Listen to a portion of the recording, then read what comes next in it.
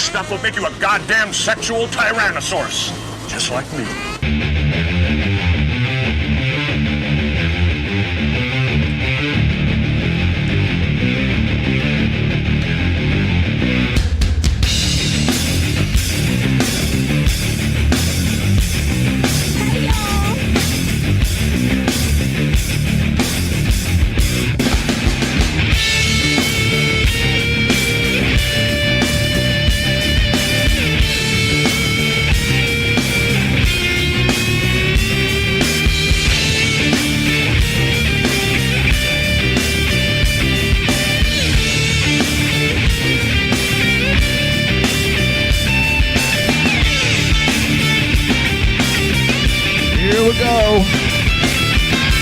The episode you have all been waiting for.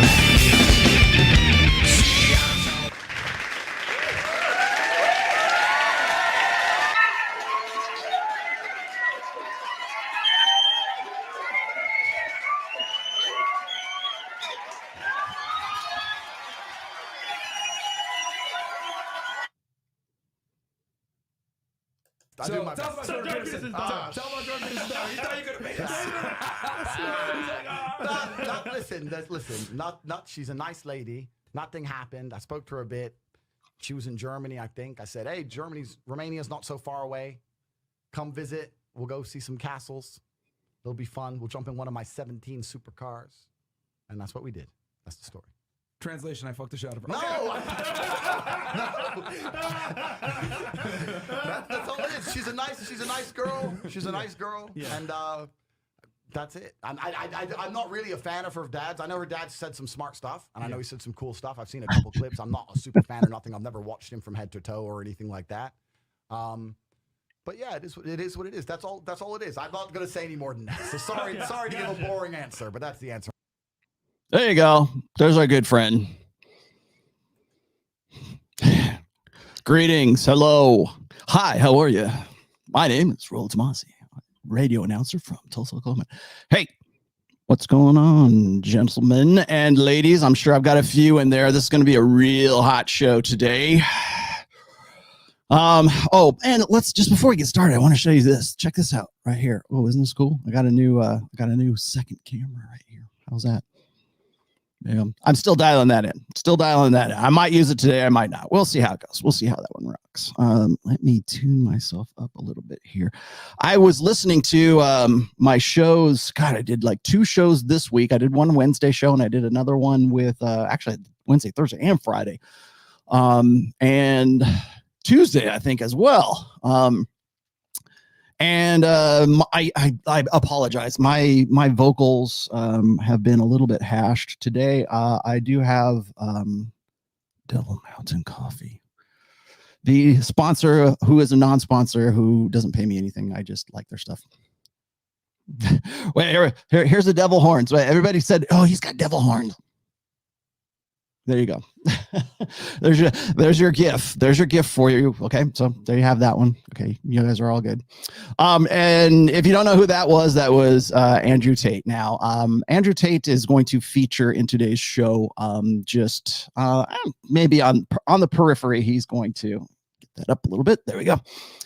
And, there's a reason for that, because we're going to talk a little bit about, Mikhaila Peterson today. Not even really her per se. People have asked me in the past, they said, why don't you do something on Mikhaila Peterson? Did you see this? Yes, I did. I get all that stuff. I get that stuff from you guys on Instagram. I get that stuff from Twitter, in my YouTube comments. One of the things about me is I'm very well connected. And so I have multiple streams of people telling me, hey, go check this out. Why don't you go look at this? Why don't you go look at that? Well, yes, I'm aware of Mikhaila Peterson. Thank you very much. This is actually, I've mentioned her in the past. Don't get me wrong. I have, but I've never done a full up show on her. So for those of you who are saying, oh, Rollo's getting boring. I don't want to, what's wrong with this girl? Who cares? Who cares? Well, you're going to care by the end of this episode. I guarantee it. Because she is a shining example of a much larger dynamic, and it just so happens that she's recognizable enough that she makes for a pretty good illustration of the kill to party dynamic, which is what we're going to be talking about today. About a week and a half ago, I was on Instagram and I posted a very disturbing kind of cartoon. If you don't know what I'm talking about, go check my Instagram out. You'll just, it was a post. It wasn't in a story or anything like that. It was a post. And it's, gosh, I should go get it. I don't want to put it on because I'm afraid of the algorithm. But go look at it. You'll see what I'm talking about. And I mentioned the kill to party dynamic. And I think I mentioned it a little bit yesterday, or no, 2 days ago with Sterling Cooper. By the way, if you haven't seen this Sterling Cooper episode that I did on Friday, go check that out. I think it was all of like an hour and 40 minutes. We talked about dirty talk and aspects of game and stuff. So it was actually a pretty good conversation. I love me some Sterling. He's a good friend. And he's one of the few people who I really kind of trust, oddly enough, in this business. I have hosted him, let's just say, up in Lake Tahoe, as well as Justin Waller and Tom, the guy who does my clips, by the way. Thank you, Tom. You do a great job. And I suggest if you have a channel, go talk to Tom too. But that was a really good interview. But during that interview, or during that talk with Sterling yesterday, I mentioned the kill to party. I let the cat out of the bag. I let out today's topic, and I gave a brief description of what it is, and we're gonna sort of do an end run to get to that. Now, as you know, I always have to give you a little bit of build up, and I have to give you I have to preempt everything. I've got to give you a little bit of prefacing here. Let's just say, first and foremost, as with all of my videos, standard caveats apply. I am not attacking Mikhaila Peterson. Neither was I attacking Jordan Peterson when I was doing the breakdowns of his stuff. However, I do think that she's a good example of what we're going to talk about today. Also, whenever I'm speaking about like guys like Pinnacle of a Man or whoever, I'm like, I don't just do this with women, by the way. I've done it with Matt Walsh. I've done it with some other guys as well. I do breakdowns, but I don't do takedowns. I do breakdowns, not takedowns. Like that. There's a little rhyme for you.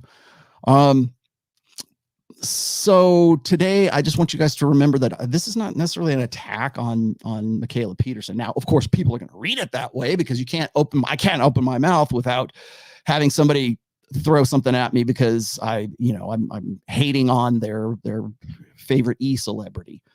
Even when I can call someone like Jordan Peterson the carpet about being blue pill, and here's why, and give you all kinds of evidence as to why I think the way that I do, fanboys are going to be fanboys. So I realize that. So that's number one. So I have two standard caveats today. The next one is Andrew Tate, and to a lesser degree, I guess, Tristan Tate. I will be out in Miami, not this week, but the following week, first week of December, and I'll be on with those guys. Now, a lot of people want to say, well, doesn't Rollo have some kind of beef with those guys? I don't have any beef with these guys, okay? Sterling's tight with them. Justin's tight with them. I put Andrew and Tristan at kind of arm's distance right around 2019, 2020. And I'll tell you why I did that. And this is as part of our standard caveats here. I did that because all of the guys in the Rule Zero crew, myself, John MLD, Troy, Ryan, and Rich, we got spammed by Chinese spam. And not like Chinese, but like it was a bulk paid for spamming, and it was delivered on behalf, let's just say. I've discovered this later, so just, my bad here. But I discovered later on that it was done by MGTOWs, or at least that's what the story is. But the spamming was this. It was just basically link spam, and don't follow these guys, they're dorks, blah blah blah. Go to cobratate.com, and that's pretty much what it was. And so if you by the way, if you guys put in comments and you use like Tate this, I probably still have the filters up on that. I might bring those down, but I don't allow links in my commentary unless like it goes straight to my held for review. So I just leave it at the default setting. So when people say, oh, he's removing my posts. No, there's certain like things that I put into my filters that I hold for review. So if you put it on there, most likely check back like within a day or so. And I usually approve pretty much everything. I don't really care one way or the other. But so that was what kind of put me off to the Tates back in the day anyways. Tristan, in the meantime, has come out and hit me up on Instagram and said, hey, that wasn't us. And, explain the whole thing. And so I'm like, yeah, let's go. I've always liked, I think I've always liked Tristan maybe a little bit better than Andrew. And not because, I don't like Andrew. It's just that I think he's maybe a little bit more relatable. I don't know. And I do know that he was just on with Rich. However, for today's show, as you have just seen here as my intro video, I use that because anywhere Andrew goes, he's going to be questioned about his picture, about his reaction, about his relationship. Whatever, it's not even a relationship, about his date, let's just say, with Mikhaila Peterson. And so I have to give you standard caveats for that. I'm not doing this to sort of like, put Andrew on blast, but I can see how people might misinterpret it that way. So standard caveats, no flame, no nothing. This is about the kill to party dynamic. And that's what we're going to get into today. But I can't get there unless I've got Mikhaila Peterson with me, and unless I've got Andrew Tate there with me as well. So, gosh, you guys are already crazy about the, let me see, where'd you go here? What does Scrotum want? Do you think Dr. Peterson will speak about his daughter doing these things and either changing his views on hypergamy, or will he double down? No, honestly, I think Dr. Peterson will probably bow out of the public light here. I would say I hate to make predictions, but I would say within the next year, maybe the next 2 years, he will bow out. Jordan is not what he used to be. And I'm being as nice as I possibly can here. If you look at his previous stuff, you look at him on Joe Rogan, if you look at the stuff that he did when he was on his ascendancy, when he was on Dave Rubin, when he was talking with Sam Harris, it's not the same guy now. So when I see him on the Roommates, when I see him on with Rob Henderson, whenever I see him, I'm like, this is like, there's been a qualifiable change in Dr. Jordan Peterson. And I don't know, as of my last checking, Jordan Peterson his net worth is $8 million. So why is he doing what he's doing? Maybe he just wants to be out there and he just likes the attention. I don't know. But I will say this is that he is still a brand and still knows that he's a brand and still knows that brand has some inherent value to it. Mikhaila Peterson has been gravy training her father for a very long time, and that's going to feature into today's show. Also, I do know that his wife Tammy has her own channel right now as well, and she's giving philosophical kind of spiritual advice as well. And I don't know where she's going with that. However, I will say this as a fellow YouTuber, as a fellow brand of me guy, a hustle economy. Welcome to the hustle economy, Tammy. I do understand why you're doing what you're doing. Got it. Okay, let's move along. Where are we going here? What's Mikhaila's grift? I'm out of the loop. Oh, we'll get to that, Vinny. Don't worry. Your $2 will be the entire show today. Let's keep going. Oh, here we go. Telly Chanelis, my favorite troll. If Jay Peterson raised her, what hope do we have? Indeed. What hope do you have? It's all hopeless, right? I can't wait to show you success I create with the red pill. Good. Please do. That's the operative here. Settle Colm. Interesting name. Thank you for that $50. Billy Huang. I hope I'm saying that right. Is that Chinese or Korean? Can't really tell. I have seen Squid Game. Saw her interview with Tanner Guzzi. Of course you did. And thought his comments about masculinity and fashion were excellent. Found out later that you mentioned him in a few of your blogs. Would be neat to see you do a show with him unless he's on another path. He is most definitely on another path. Tanner and I we go way back. Tanner was actually one of the speakers at the Man in Demand conference that I did way back in 2015. And it was, there's no video of it, so don't go hunting for it. There is audio somewhere. I think probably Sam Bada has it somewhere. But we were in Vegas. I was there with Tanner. I was there with Goldman, who also has done the God Pill thing right now. Tanner's kind of, he pivots quite a bit. I was actually kind of surprised to see him doing a style thing, because his most recent pivot is more like sort of like the dad pill. Like it's been more of a family this, family that. He still happens to be working with Anthony, so I don't work with Tanner, and I likely will not, simply because I don't want that association. I don't think Tanner's necessarily a bad guy, but yeah, it is what it is. They're doing their thing. I'm doing my thing. So, and what else is here? Bradford Hogue, please say hello, Ryan War, to the red pill. Hello, Ryan War. Well, there you go. Hello, Ryan War. Is that what you want for $5? You know what I should do? You know, there's that, what the heck is the name of that service? Like, if you're like a rock star, or if you're like Jason Momoa, no, Jason Momoa wouldn't do this, but if you're like an actor or whatever, I know these guys are doing, these like intros or something like that. You pay them like $3,000 and they'll go, hey, this is Michael Starr from Steel Panther, and don't go changing, you rock star, you know, whatever it is. And then you get the audio, you get to keep the audio, and you give it for like your, I don't know, your answering machine or your greeting on your cell phone. You think there's a market for Rollo Tomassi to do that? I don't. Let's see. Quam. I know this is way off topic. Happy to wait till the end. Good, because you will be. But where is the line between holding frame and just being stubborn? Well, we'll get to you. Hang on to that, Sam. Give me that towards the end, please. One man's chorus. JP is trying to sell men this boomer lie that we're secretly living in the 1960s. And that all women want is a responsible, hardworking, upstanding guy. Kind of like Tammy. Don't worry, one man's chorus. I'm getting to that one too. What do women need this type of man for if they're self-sufficient? Exactly. Thank you. Well, now that we're all caught up to the same page, except for Quam once again. Also shout out, wish more men knew of you. I wish they did too. However, I'm very encouraged because we've got quite the classroom going today. Mr. CTH, what's up with this prog metal band going by your name? Didn't JP have a mental meltdown recently? He rose quick to fame. Yes, it is. And I will tell you what that's about.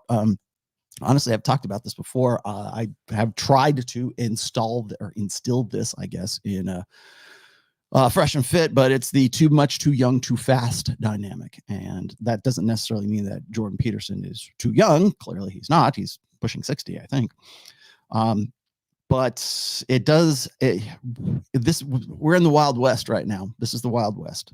The funnel marketing generation, the hustle economy, YouTubing, the influencer generation, the OnlyFans generation, allows people to quit their day jobs and make quite a bit of money doing whatever it is that they're doing. And a lot of people aren't really ready for that. And so what they encounter is the too much, too young, too fast dynamic, which is not really necessarily a red pill dynamic, I guess. But it's kind of like, you know, when a young guy suddenly becomes a pro athlete and he goes from sort of the inner city and not having, you know, having very little and being very poor to going and having millions of dollars, and they flame out and either do drugs or they make bad decisions. And, you know, that's where that phrase comes from, I should say, which is too much, too young, too fast. It's also a great song by Airborne called that. But that's where I saw Jordan Peterson go, and he's not alone. I've seen a lot of other guys do exactly the same thing. They quit their day jobs, they do this, and then they realize they can't get out of it. They can't stop doing the hustle economy.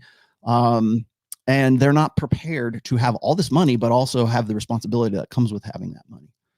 And that, I think, catches guys unprepared, and they make very bad decisions, particularly when it comes to red pill truths.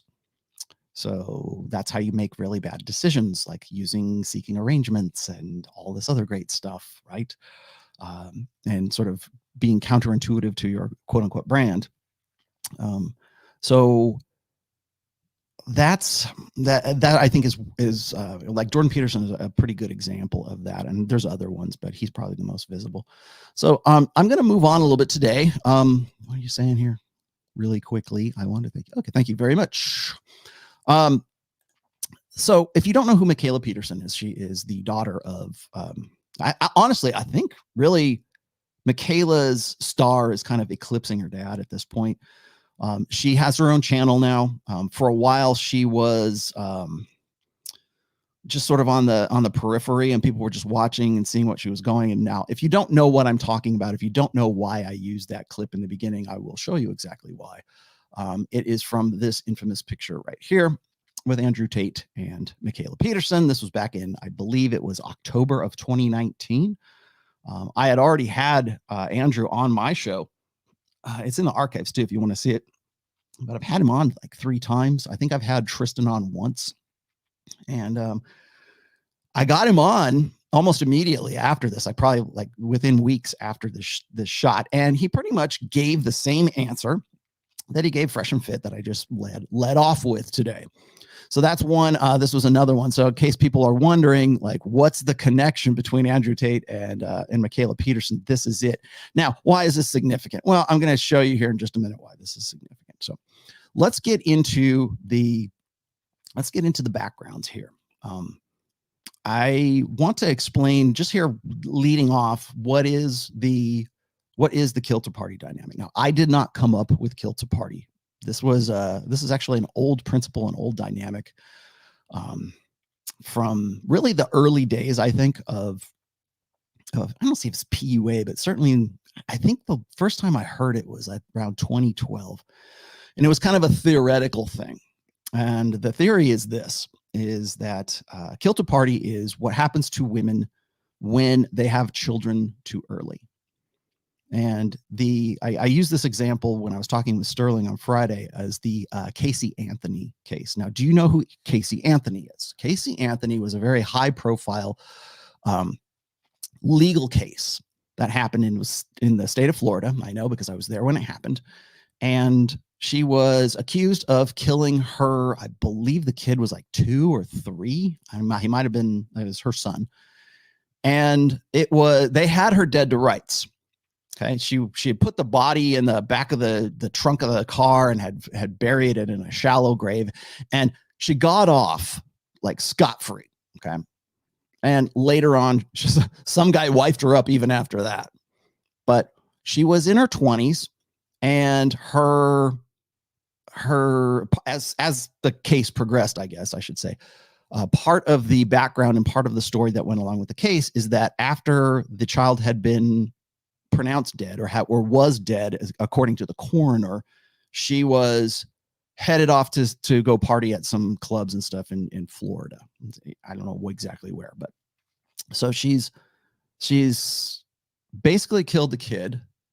And they had her dead to rights. The prosecution, she got off scot-free because the prosecution could not make its case well enough to prove beyond a reasonable doubt that she didn't do it.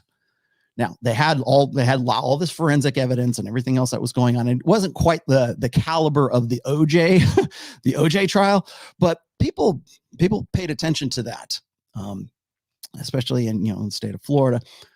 And at the time when I was on the SoSwap forums, then we were talking about this and we were discussing this. And why is it that women want to have a baby and then the baby ends up in a dumpster? I'm sure you've seen stories like this all over the place. Or why is abortion such a big deal, right? Why is abortion so important to women? And I've done these shows before. I've said as in the past that abortion is the ultimate expression of hypergamy. Okay. And that is the function of abortion. Most abortions, anywhere between 93 and 96, 97% of abortions are performed electively. That's the truth. In the states in which they keep records for abortion, that's the most overwhelmingly, 90+% at least. That is overwhelmingly the reason why women have abortions electively. So you're not getting around that, ladies. Oh no. Well, what about forced copulation? Because I can't say the real word here. Right? What about when the woman's life is in danger? Okay, okay. Here you've had your say. That accounts for a fraction of 1%, if that, when women decide that they're going to have an abortion as a result of forced sexual copulation. Right? At least 93 and as much as 96% of abortions are performed electively. And that should tell you something also, because certain states won't allow data collection for the reasons why women have abortions. So that's how important it is, because it's a fail-safe against bad reproductive choices. which is pretty much the same thing, or I wouldn't say the same thing, but it's related to the kill to party dynamic. What the kill to party dynamic is is that when a woman has a child, especially when they have them earlier on, such as Mikhaila Peterson here, that child becomes a hindrance to optimizing hypergamy. That is, in a nutshell, what the kill to party dynamic is about. So when we talk about how guys should not date single mothers, for example, when Rich Cooper or myself or anyone else for that matter says avoid single mothers, well, most guys do kind of naturally. Oh, thank you for that, Sammy. Let me go and put that on there. That's actually a pretty good shot. Sammy has come through with the, where did it go? There we go. Let's see how this is our good. This is Casey Anthony, right? Where'd she go? Where's my Casey? There's my Casey. Can we see Casey? There she is. 2008. Yeah, gosh, was it that long ago? Police in Orange County, Florida, received a call that led to one of America's most high-profile criminal cases. That was when she did it. The disappearance and death of 2-year-old Kaylee Anthony. I guess it was her daughter. My bad. And the question of whether her mother, Casey Anthony, the other one, I guess, was involved. There we go.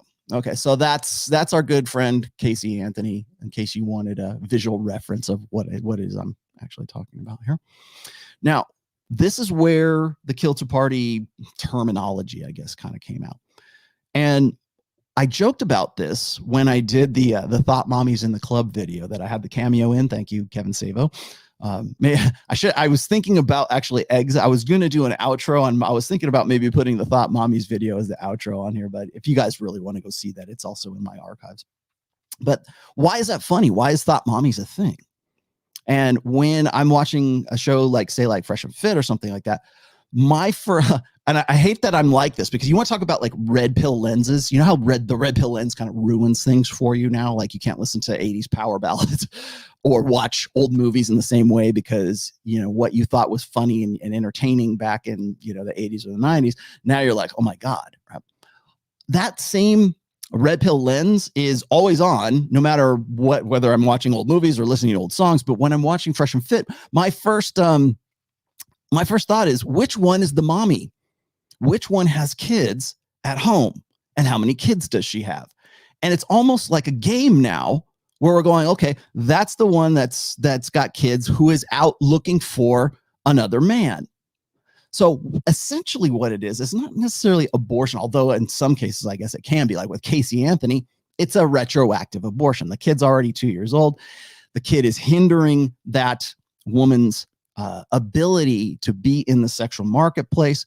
And either the kid is neglected or the kids end up in child protective services, or the children, God forbid, end up in a dumpster or in the back of a trunk. Right. And that's in the worst case. Now, am I saying that Mikhaila Peterson is guilty of? No, absolutely not. Okay. So let's be clear here. All right. Because I know without a shadow of a doubt that somebody's going to say, oh, Rollo said that Mikhaila's a killer. No, that's not what I'm saying. Not at all. It's just the name of the dynamic. Okay. The name of the dynamic is kill to party. What it means is, like Casey Anthony killed so she could go party. Killed so she could go get herself back into the sexual marketplace, because whoever she bred with was not the guy for her. And women instinctively know that men don't want to get with single mommies. That's why we have this infrastructure and the social conventions that turn men, like guys who are willing to sort of, date single moms, turn them into superheroes. Oh boy. Jeez. Thank you, Sam. Sam, these are a lot. These are kind of rough, Sam. I'm looking at these pictures right now. Thanks, Sammy. All right. You asked for it. You gave these to me. Here we go. This is Casey Anthony, right after her,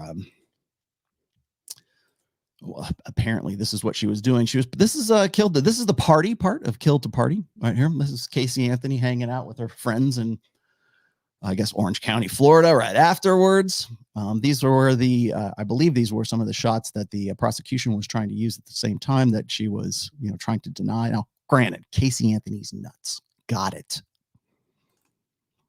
Do I really want to put this one up? I don't think so. Thanks for that other one, but I'm just not going to put that one up. I think people can probably figure that out for themselves now. Sam. So while she has essentially, disposed of the body more or less, this is where she goes. That's the kill to party dynamic. Now, that is the kill to party dynamic in the most extreme. Primarily one of the reasons why women are very secretive, let's just say, about being single mothers or waiting for the right time to reveal that they are single mothers with a guy is because of the fact that they've got the child right there. And they know, I think on some level of consciousness, I think women have evolved for this, by the way. They know that if there's already a child there, there's a lot that goes on, like evolutionarily speaking. But I think on an instinctive level, on the hindbrain level, women realize that it is an obstacle. It is a hindrance. It is baggage. Having that child is at the wrong time with the wrong guy is baggage for them. And I think that this is me. This is Rollo Tomassi spitballing here once again. Okay. I think that one of the reasons why we think of the kill to party dynamic in the terms that we are right now is primarily because we have access to social media. And at no other time in human history have women had such access to so much attention. I mentioned this about two episodes ago, how attention is kind of attention addiction for women is like porn addiction for guys. It's instantaneous. It's right there. It's always available, whether it's through OnlyFans or Instagram or Facebook or whatever your social media of choice is, ladies. I maybe not on the same visceral sexual dopamine hit level as, like, say, getting off to porn for guys, but there is a definite element of that same dopamine hit for women.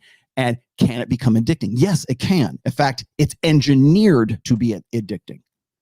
So when you look at like things like Google, or you look at things like Twitter, or you look at Instagram, in particular Instagram, because it's very visual. It's when you see women on Instagram, women who would in no other era even entertain the idea of getting a professional photographer so that they could have a portfolio of them when they are, in their 20s, whatever. You have women who are quote unquote influencers who will do exactly that, because it's all perception and it's all about likes and it's all about attention. And can that become addicting? Yes. Is that every woman? No. But by order of degree, it is every woman, because attention is the coin of the realm in girl world. When we talk about hierarchies amongst men, it's usually dominance hierarchies and competence hierarchies. When we talk about women and what's a high value woman and what's not within sort of girl world, that is estimated by the amount of attention that woman can command. So when, like I've said before, like when women realize this at an early age, that their sexuality is really their only agency in life. And when they want attention, or they want somebody to pay attention to them, whether it's for, people for the ethical treatment of, PETA, right? People for the ethical treatment of animals, or a protest, or a riot in Portland, Oregon, the first thing they think of is to take your shirt off. That's why. That's the attention. Attention is the coin of the realm in girl world. That's how they establish hierarchies from within the sisterhood, let's just say. And never in the history of humanity has it been easier for women to do that. Now, how does that apply to the kill to party dynamic? Well, when you have a child and you are not an unmarried woman and you are not paired, or maybe you are paired poorly, or maybe you reproduced with a guy who later on you say, this guy's kind of beta. Well, that doesn't matter in a gynocentric social order where attention is instantaneous and easily available. Go on OnlyFans, girl. Get on Tinder, girl. Go on Hinge. Go on Bumble. Go on whatever, and find you a real man. Get out there. Thought mommy's in the club. She gonna need a babysitter. That's a funny line. We joke around with that. And by the way, it's a brilliant song. But the reason why it's funny and it's relatable is because it's true. We see it all the time. That's why Kevin and his, the fellas and his brothers and everything else, that's why they did that rap. And it's relevant. So when you see women who are out there, what was it? They lead off with the Chris Rock routine about him being in the club on a Wednesday night, and he meets some single mommy there, And he's like, I don't have a problem with you being a single mommy, but what the hell are you doing in the club at 2 a.m. in the morning on a Wednesday night? Where are your kids? What do you want? And I hate to say this, but maybe Kevin sort of woke me up to this a little bit, is whenever I see Fresh and Fit and I look, okay, I go, okay, there's 15 girls on this show. And some of them aren't girls because they've got kids. I know they have kids. And in some cases, I've met the women like live there on the show and on the set. And I know that woman has 2 kids. Who's watching the kids? Who's watching the children when she's home while she's partying?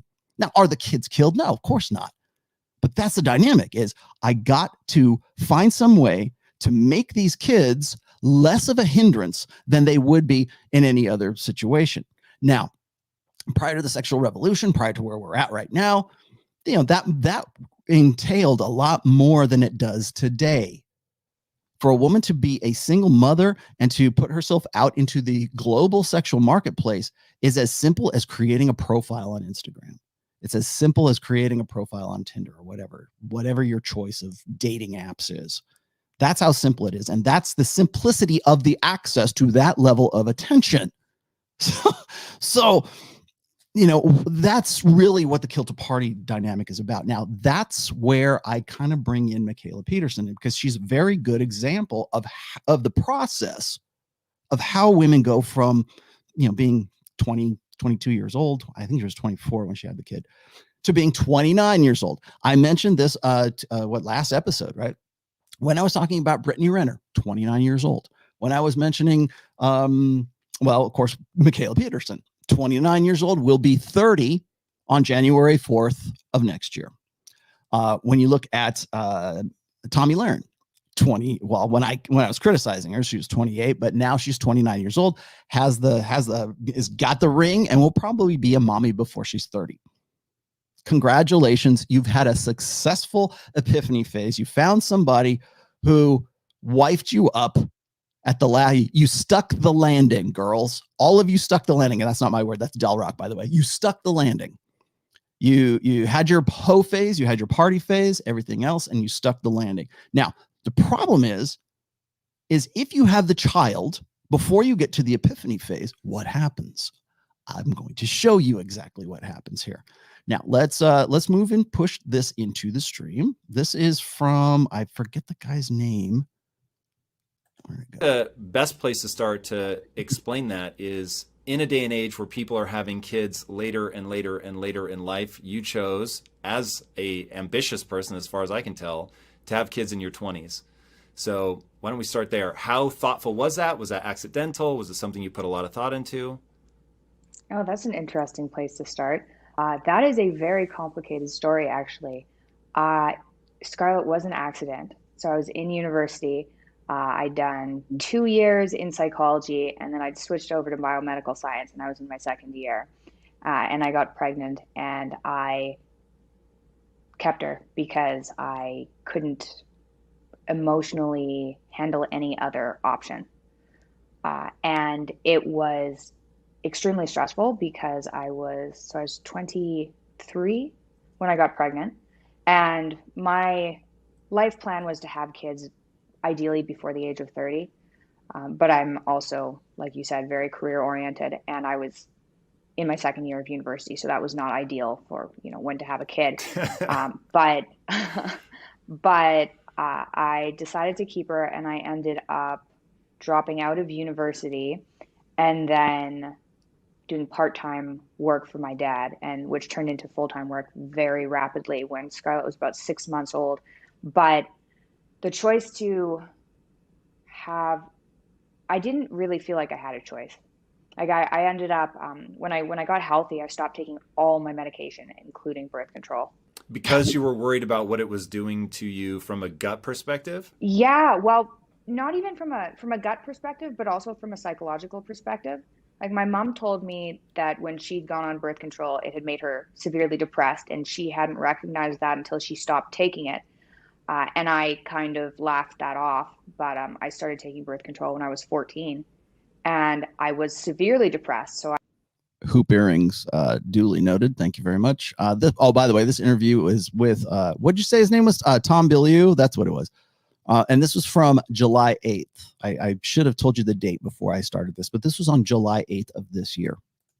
I thought, who cares if you add another pill on top of it? I'm already depressed, which was like an immature way of thinking about it as a 14-year-old might. But when I was 23 and I stopped taking my medications and I got healthier, I was like, I don't want anything impacting my mental function. And so I stopped taking birth control just in case it was. And I do believe that I was having, I do believe it was causing depression, but it wasn't the only thing in my life that was causing depression at that point. But yeah, I did stop taking it, and that ended up resulting in Scarlett, who I'm thrilled to have, but it definitely put a bit of a kibosh on the direction I thought my life was going to take. However, it ended up not being a negative thing. It ended up being a positive thing, but it was scary. Yeah, there's a lot of interesting stuff in that. So one, Put a kibosh on my personal life. Sound like killed a party? Sure does to me. Now, I'm not saying she's going to kill her child. Obviously, she's not. However, that is the motivation. That's what I'm talking about, is the hindrance factor. Now, Tom does her no favors by starting her out saying, well, you're an ambitious young woman. How did you choose to have a child too? Well, clearly not. She was a mistake. She was an oops. And what happens when you have an oops? When you're 23, 24 years old and you are at least an e-celebrity's daughter, yeah, you regret that decision probably to a greater or lesser degree. Now, of course, she's saying, oh, I love my daughter. If you go and you look at her Instagram, she's very much, she uses the kid, by the way, as almost like an accessory. But let's continue. Were you married at the time or not? I was not. And is Andrey the not father? Married at the time. Yes. So Andrey and I were dating for 8 months at that point. And at that point I was 23. I was really looking into my health and trying to optimize that. And I wasn't really focused on a long-term relationship because I was 23 and I was focused on other things. And I was like, you know what? I have time to figure that out later. Like I'll figure that out by the time I'm maybe 26 or 27 or 28 even. And I can start thinking about that. But I ended up having to think about that a lot. Okay. We know this is bullshit. I'll explain to you why this is bullshit right here. This is self-rationalizing bullshit. This is making your necessity a virtue bullshit. And we'll see exactly why this is here in just a moment. But here you go. Faster because Scarlett came around. No, that's interesting. That puts a lot of pressure on a relationship, though. And when I think about, so I look at you, and I could be totally delusional. I don't know you well, but when I look at you, it seems like a lot of thought goes into the decisions that you make. And so as you approached marrying Andrey, given the sort of complexities of having a child, did that weigh in the decision? Like, were you more prone to marry him because he was the father of your child? Or were you like, no, that doesn't matter? Oh, no, 100%. I was really stressed out about being an unmarried mom. Like really I'm sure stressed you out were. and felt, societally pressured into it. Oh, really? We moved. Oh yeah. And you know what? This was a bit skewed because if it was me now and I went back in time, I certainly wouldn't have felt that way. Here we go. But I'm much more confident now. At the time I was actually dealing with serious, this gets complicated, serious SSRI withdrawal. So my anxiety was ridiculous. So I was thinking about a whole bunch of things that I shouldn't have been concerned about. And that most certainly influenced my decision-making at the time. Because you had an impending sense of doom? Yeah, because I had an impending sense of doom. Okay. Keep that. Write that down, children. Here we go. Hey. Hello there, children. How's it going? Write that down. Impending sense of doom. Write that down. Put that in your notebooks, kids. We're going to be coming back to that here very shortly. For about, a year and a half, 2 years after I stopped taking SSRIs. That is super interesting. So now you guys have obviously navigated those waters. You've been together for years. You're having a second child? Is that accurate? Here we go. That is not accurate. We are not. That may be happening in the future. Okay, but so it is not at the you're moment. open to having a second child. I'd heard you in an interview say we will definitely be having more, or I'm definitely going to have more. I think maybe the more accurate quote. I'm definitely having more. That was probably a more accurate quote. Yes. We've been navigating. It's difficult because we've been, man, like he's been with me through me coming off of psychiatric medication, which was a trip and a half that I would not recommend anybody go through the way I did.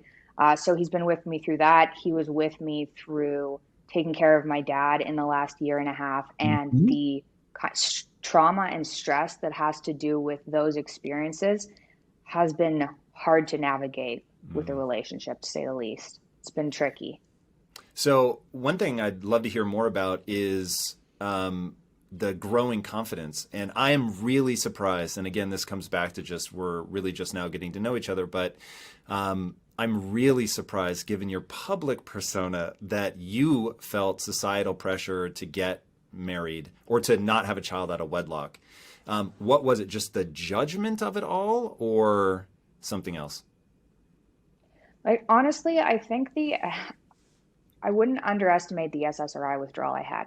I think that the anxiety and this horrifying impending sense of doom I had, like I said, for about 2 years after I stopped taking SSRIs, I think I was looking into aspects of my life to try and identify what was causing my reaction. Because when you get anxious, you try and identify what in your life is making you anxious.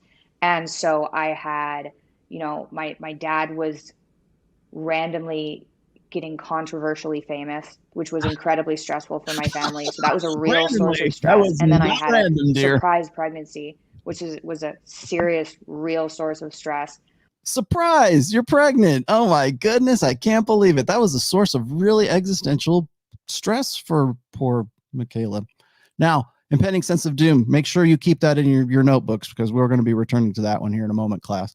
What'd you say here? He stuck with, this is Andrey, her husband, or who's soon to be her ex-husband, by the way. Stuck with her when she was fat, sick, and depressed. She recovers and out-earns him and then drops him. She is to daddy like Megan is to Harry. Yeah. Okay. I guess I can sort of see that connection right there.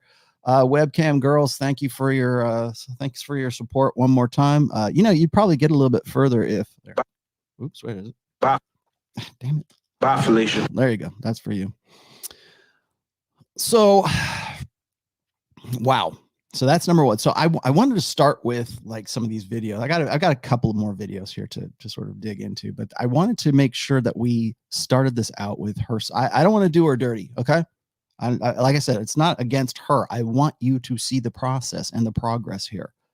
So when I talk about hypergamy, and I talk about the party years, which, by the way, in case you're wondering what I'm getting into when I talk about the party years, this is the timeline right here. This is in my second book, Preventive Medicine, which is the sleeper hit, I think, of the Rational Male series. I mean, book one is the Bible, right? But I mean, I think it's pretty underrated as preventive medicine. This is in there. And I wrote this book from the perspective of what men can expect from women at various stages of their maturity.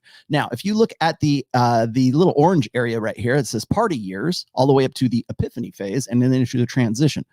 Party years are what women are now calling the hoe phase, which I would never call that. I would never use that. The 304 phase, right?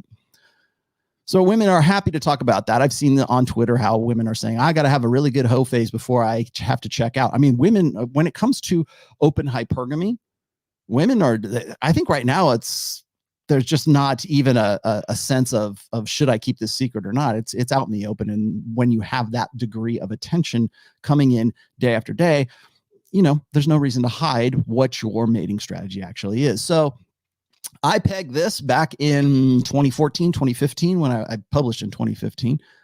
The party years, which is now what would be comparable to the quote unquote hoe phase. And then there's the epiphany phase. Epiphany phase is anywhere between, say, 29 and 31 years old. I will actually give you a brief, I've got 2 essays on the epiphany phase. And I'm just going to read you just a little smattering of this right here. Any longtime reader of this blog will immediately associate this phenomenon with the epiphany phase. Women enter into when the reality of their lessened capacity to compete intrasexually with their younger sisters becomes unignorable. Generally, this phase comes at or around 29 to 31 years old. However, depending on circumstances, this may come sooner for women, those whose attractiveness is already understood to be suboptimal, and or women who make decisions such as our good friend Mikhaila here, and sometimes much later for others, women who bought into the lie that their attractiveness is subjective and indefinite. I've written many essays about this phase and dedicated 2 sections of preventive medicine to it. It's very recognizable and very understandable when you have a good grasp of how women prioritize the needs of their sexual strategy as they mature.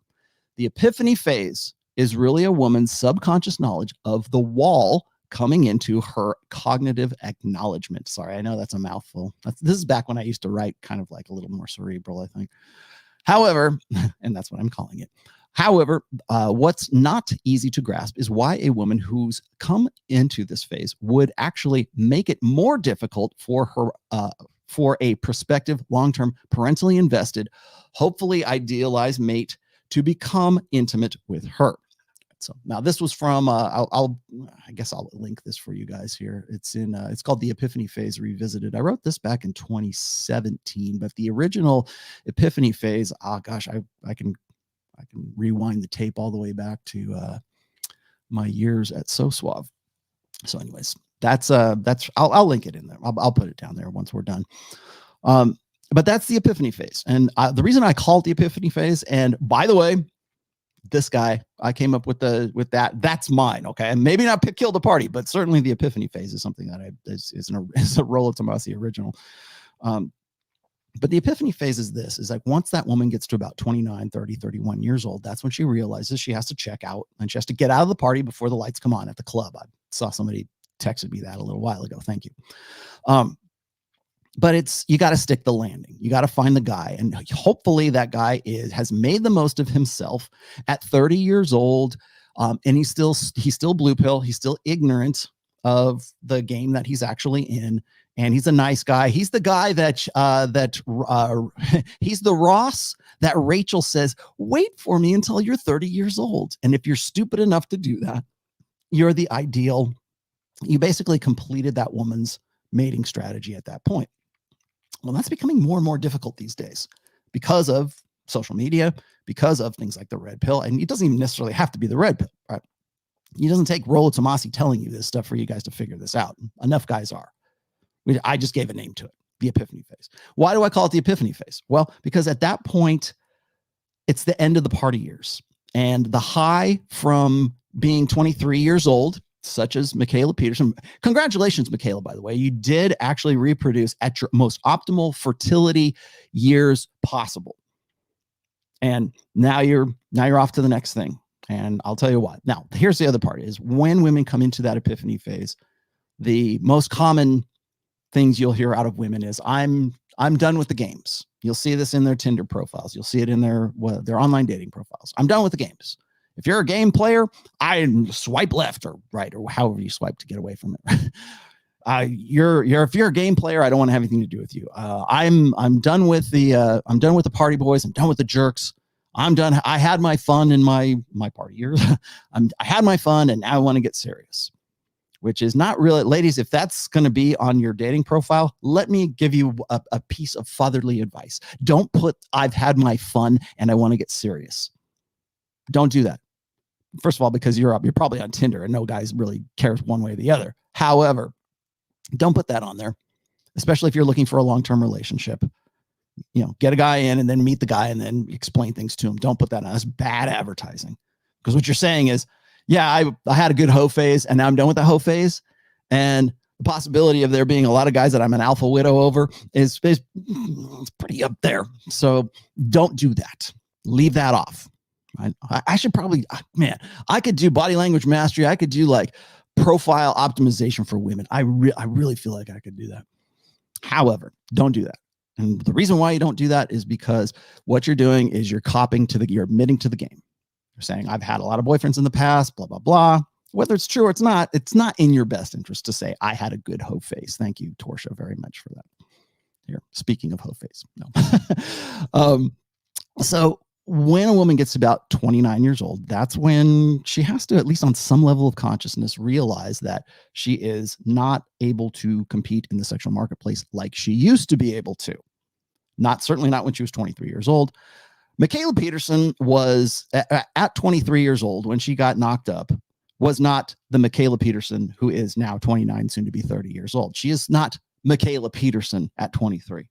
She is just the daughter of Jordan Peterson, who at that time was still, let's see, how would have been 5 years ago, 6 years ago, would still have been undiscovered, right? Peterson, like Jordan Peterson, didn't really come into his own until like 2017, 2018.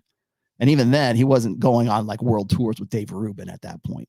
He didn't have he had one book out, but he just didn't have 12 Rules for Life out of that. He wasn't like the e-celebrity going on Dr. Oz and whatever else. At that time, it was that he was a different guy, and so she was a different girl as well. So the decision she was making back then, as she says here on Tom's show, is I wouldn't have, if I had it all to do over again, then I would have done this differently or that differently. I'm sure you would. And I hate that. I mean, maybe Tom did this inadvertently, but it's like, well, you're an ambitious young woman. So that kind of gives you a plausible deniability, or gives you an out, well, we all make mistakes, and you're ambitious now, and you didn't know you were going to be ambitious then. Yeah, maybe that part's true. So what is the epiphany phase? Well, the epiphany phase is when that woman realizes that she, at least on some level of consciousness, acknowledges she can't compete in the sexual marketplace, at least to the same degree that she used to when she was 22, 23, 24 years old, at the peak of her sexual marketability and at the height of her hoe phase. Now I got to check out. Well, how can I do that? I've got to get responsible. And part of that is finding God. And I've mentioned this. I mentioned this in the very first original Epiphany Phase essay that I wrote way back in like 2011, I think it goes back further than that, but that's when the blog post was. And it's when women will say, I want to get right with God. I want to do things the right way now. I'm done with my journey of self-discovery. And there's all kinds of media and marketing and narrative reinforcement for women at this time. One of the things about a gynocentric social order, by the way, is when you look at this timeline here, at every step of the way, at every break here, at every little line along the top there, at every spot there is, think of it this way. There is a social convention at every spot along this way. So when a girl is in her teens or whatever, then it's like, maybe from the time she's a young girl all the way up through her, she's 18 or 19 years old, she's fed a steady diet of you go girl. You do what's right for you, girl. You can be anything. Be an astronaut, Brave, Moana, Frozen, whatever it is, whatever fed the fire up to that point. There's social conventions that feed into that narrative. Then when that girl gets into her, party years or whatever else, then it's FOMO and it's YOLO. Okay. YOLO, not Rollo, YOLO. You only live once, and fear of missing out. And Mikhaila Peterson is now experiencing the fear of missing out. And another essay written on the Rational Male, which is, I think I put it in Positive Masculinity. It's called Making Up for Missing Out. I wrote that about a woman who was doing this blog, or I think she ended up divorcing the husband, but she decided that she wanted a hall pass. And she was getting into her 40s. She didn't have any kids. And she'd been married to this one guy who didn't want to have kids. And she says, you know what? I want to go and I want to be poly. I want to go out and if I'm not going to have kids, then I want to have an active sex, a better sex life than I had. And I need to make up for missing out. It was called the Wild Oats Project. And it came out right around 2016 or 2017, I think is when I wrote that. And that is, it's making up for missing out. And that's actually a bigger dynamic, I think, than I made it out to be back then. Right now, I would suggest that Mikhaila Peterson is making up for missing out. And she is also experiencing her well, she's done with the hoe phase, right? But maybe not. Maybe she's trying to get back to that. Because once a girl, like, one of the most common things I get from guys when they talk about, like, what about the epiphany phase? What about the hoe phase? What about all these, What about all these great little spots here? And everywhere along the line, like I said, there's a social convention that sort of reinforces that phase for women. But guys will say this, hey, Rollo, I got married at 19. My girlfriend and I, we had kids early on, and now she's 30. I think she missed the epiphany phase. No, she didn't. She missed her party phase. And at the same time, while she's playing mommy and she's changing diapers and she's trying to be, a responsible girl, all of her girlfriends are out at the club. All of her girlfriends are doing the things, the things that she's going to feel like she missed out on when she gets to be in her 30s. Now, that's a real tough sell right now, for especially in the trad women, the trad pill market right now. That's a real tough sell for women, because if you're going to say, well, have babies early, you're 25 years old, you should be having kids. You're 23, you should optimally, minus the not being married part, Mikhaila Peterson was right on time for as far as tradcons were concerned. We have babies and have them early, and preferably be married when you have them. Now, she's just a statistic in this sense, because 42% of children in the United States are born out of wedlock. So that might be a little hindrance to the tradcons who really want to lift her up, especially after that interview. However, she had a baby at the right time, fertility wise, and biological clock ticking wise as well. Now she is 29 years old, and by my watch, she's just about ready for the making up for missing out part. She is most definitely in the epiphany phase. So when guys say, well, my girlfriend, she had a really active hoe phase, and she had 3 kids with 2 different fathers, and now she wants me to be the baby. Now she wants me to be the good, dutiful guy who stepped up, not the stepdad, the guy who stepped up. She wants me to basically wife up her as a single mother, but she's great. She's learned about herself. She's done with all her craziness, and now she wants to settle down, and that really plays well to a traditional conservative mindset. Well, she's done with all that. You want to know why youth pastors and ministers will wife up ex-porn stars? Because they believe exactly that same thing. And I just was made aware of this not too long ago by Sterling. Some couple, I think they're in San Diego, and they've got their own church thing going on, and it's an actively working porn star at that time. And of course, she's a sex worker. It's not really prostitution or porn, but apparently she's a pastor's wife or something like that. And Sterling says, oh yeah, I worked with her. It's like, that's one of the great things about being in the red pill, is like getting stories like that. But that's what I'm talking about, as far as like when that woman gets to be about 29, 30, 31 years old. That's when there has to be sort of this rationalized change for that woman. And usually you add God to that, and people will say, well, oh, good. It's the prodigal son narrative, right? Oh, she's come back to the fold. She had such a horrible, all those jerks abused her and everything else. And I am 30, and I believe in good, solid Christian woman, but she had a sordid past, but I've got to forgive her because God forgave her too. And that's usually part of the pivot for women right around the epiphany phase, which of course is exactly what our good friend Mikhaila did. I can talk about this because I haven't talked about it before, but I grew up with dad, so I learned a lot about the psychological significance of the Bible. The YouTube series on, and it was always kind of through that lens, like metaphors. And then I had like way too many really absurd experiences that I couldn't wrap my head around, where I was like, my life doesn't make any sense. This doesn't make any sense. This is too weird, like too coincidental. And that happened for like 5 years, like every day. And I had some rough experiences over the summer. And about a month ago, I would say, I think I can say this. I would say I found God, which I haven't before. Like You notice how similar this experience is with, like, say, someone like Roosh or Goldman. I dare say Jack Murphy. I dare say, whoever, like finding the God pill, right? Sort of at the stick the landing. I think guys kind of do it a little bit differently. Maybe they do it a little bit later on in life, but sticking the landing.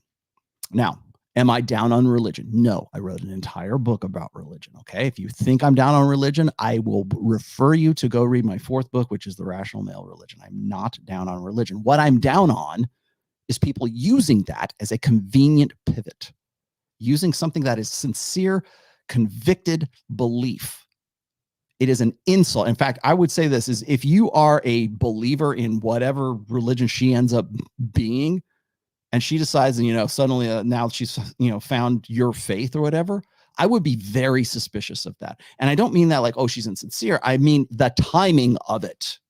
That's all this is about. Like when guys tell me, well, don't you think that women are sincere in the Epiphany Phase? They want to change their lives, Absolutely. My problem isn't the actual sincerity of the belief. I mean, they can say whatever they want, and we can decide to believe it or not. Women get off scot-free because we're not supposed to be judgmental.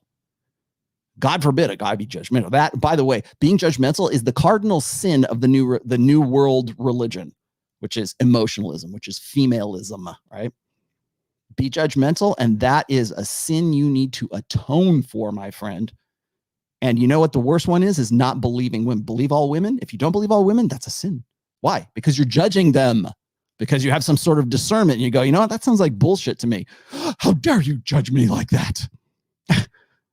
Be more judgmental. I've said this over and over and over again. I really got to do a full show on judgment, but that's the cardinal sin. And so for me to say, this sounds kind of like this sounds very convenient, Mikhaila.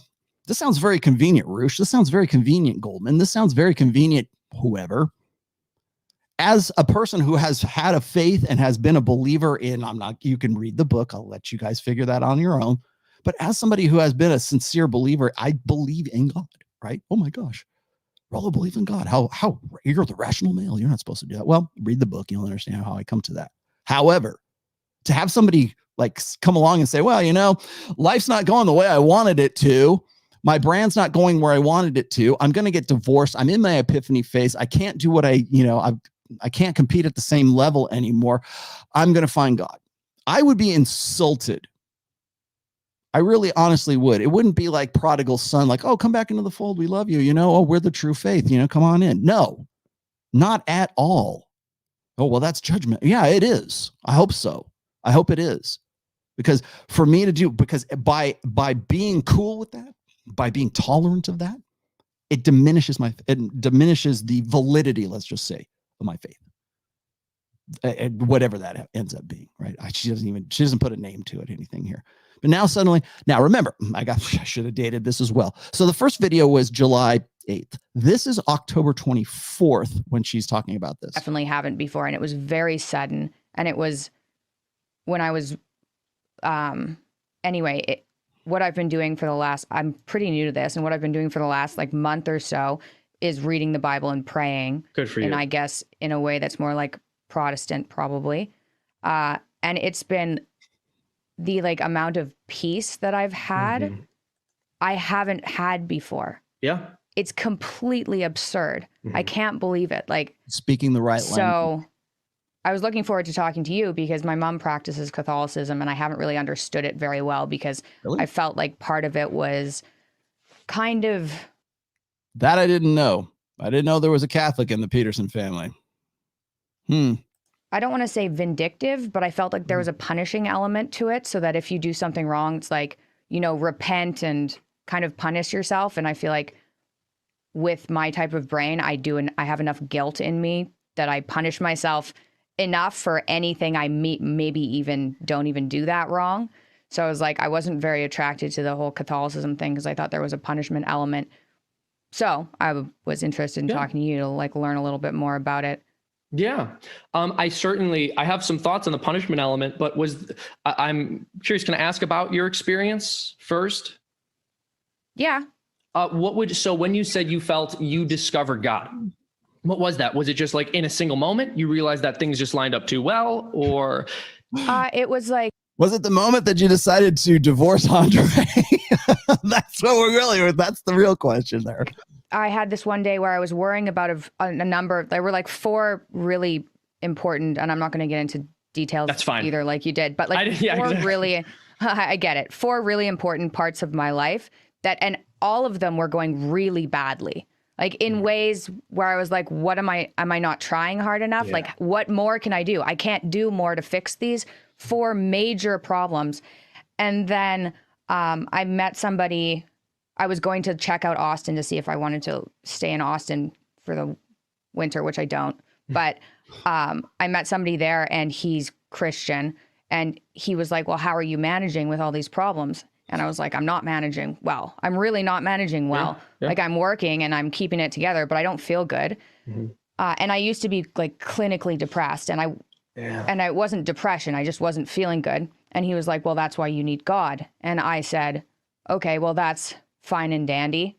You know, it's nice when somebody comes up to you and is like, well, you need God, because that's how are you supposed to wrap your head around that? So I was like, well, I don't know. Like, yeah, okay, maybe that sounds great, but I don't know how to get there.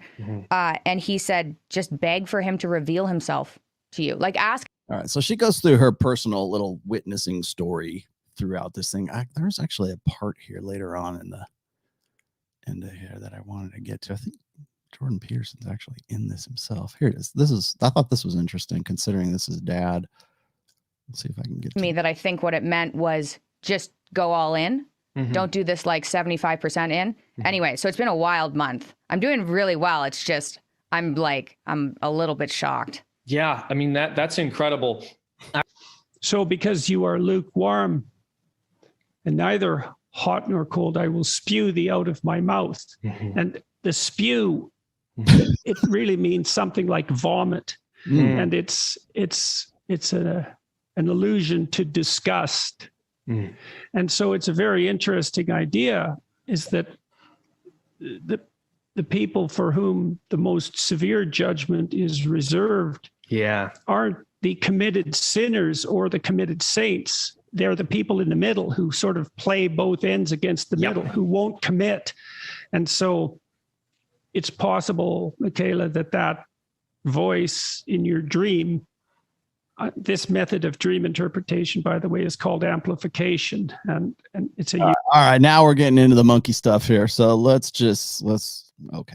You can watch the rest of that if you like. It's on her channel if you want to watch the whole thing. I'm not being dismissive here because I got to get onto some of this other stuff here. However, there's the conversion.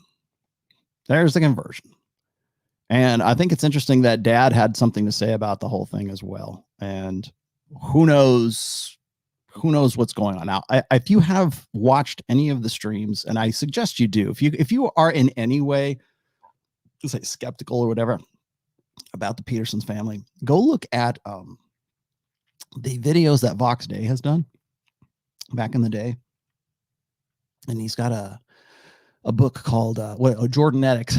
go check out Jordanetics, and you will, especially from a religious perspective, because Voxx Day has really become even more religious. Now, Voxx was always religious, but he's become even more so these days. And I think he had a really good breakdown of Jordan Peterson back in the day. I've been critical of Jordan, at least from a red pill perspective, for at least since 2018, the beginning of 2018. We started the Red Man group as a result of wanting to do a video about why he's very blue pill when it comes to intersexual dynamics. Now, if you got something out of Jordan, I'm not taking anything away from him or her or whoever. I mean, but you owe yourself an obligation of figuring out what other people are talking about. I was critical of Jordan before it was cool to be critical of Jordan. And so was Voxx. And the first thing anybody says is, "Oh, you're just professionally jealous." Like, we are not in this. We don't run in the same circles. I'm not in the cool kids club. I'm not on Joe Rogan. I'm not on Tim Pool. I'm not on any of these guys.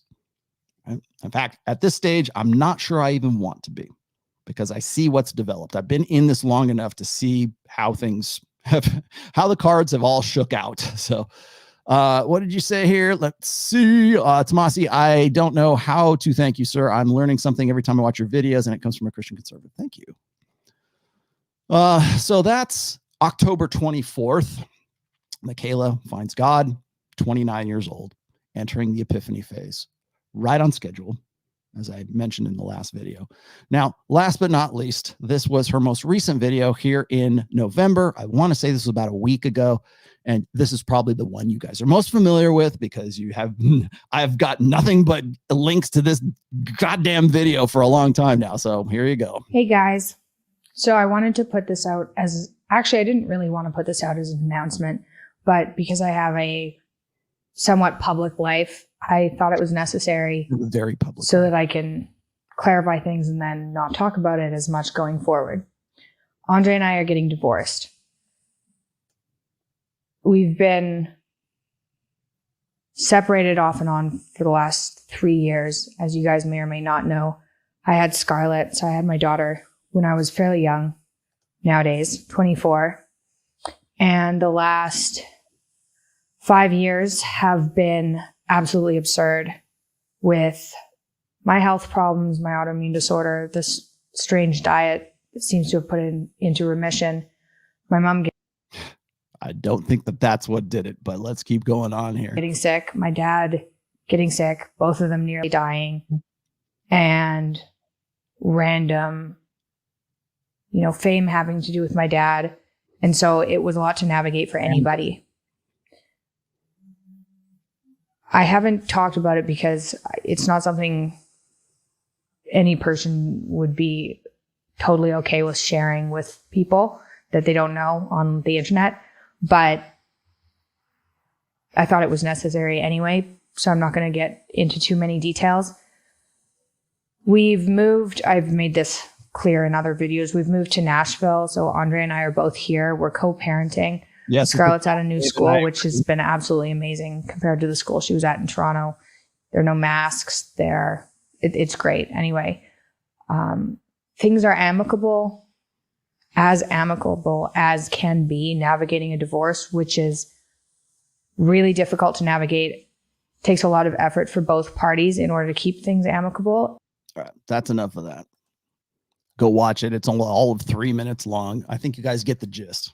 She's making a public declaration, the fact that she and Andrey are breaking up. And by the way, Andrey, if you're watching this show, I would bend over backwards to have you on this show so I can interview you. I would love to. I want to remind you all of the events that led up to all of this stuff. And so that's that. Let's see. Pull these things out of here real quick, just so I don't have any lag for you guys. There we go. The last but not least, I feel I kind of have to give you the actual background story of all of this. And so I'm going to, as sort of to be as final, as thorough as I can be in this, I'm going to, okay, that's fine. Where did it go? There it is. Oh boy, you guys are going to love this one. Now, this is from a Twitter thread that I was made familiar with not too long ago. I think this is in 2020. This was going on. Let me, does that work better? I guess that works better. Okay, here we go. So I want to just give you a quick background here of what led up to all of this. And again, this is not a burn, but I want you to see what the process is here. Okay. So this is the Jordan. I did not do this. I am not responsible for this. I don't know who this guy is, Rational Disconnect, but so Mikhaila started with the lion diet, which consists of only eating beef, salt, and water.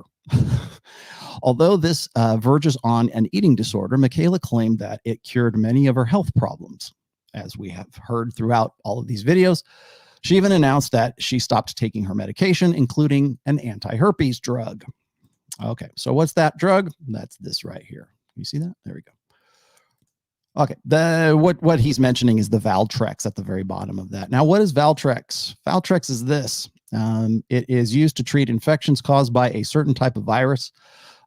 In children, it is used to treat cold sores in the mouth, which is a herpes simplex, chickenpox. And in adults, it is used to treat shingles caused by herpes zoster, cold sores around the mouth, and is also used to treat outbreaks of genital herpes. So that was what everybody was making a big deal out of back in the day. So there you have that.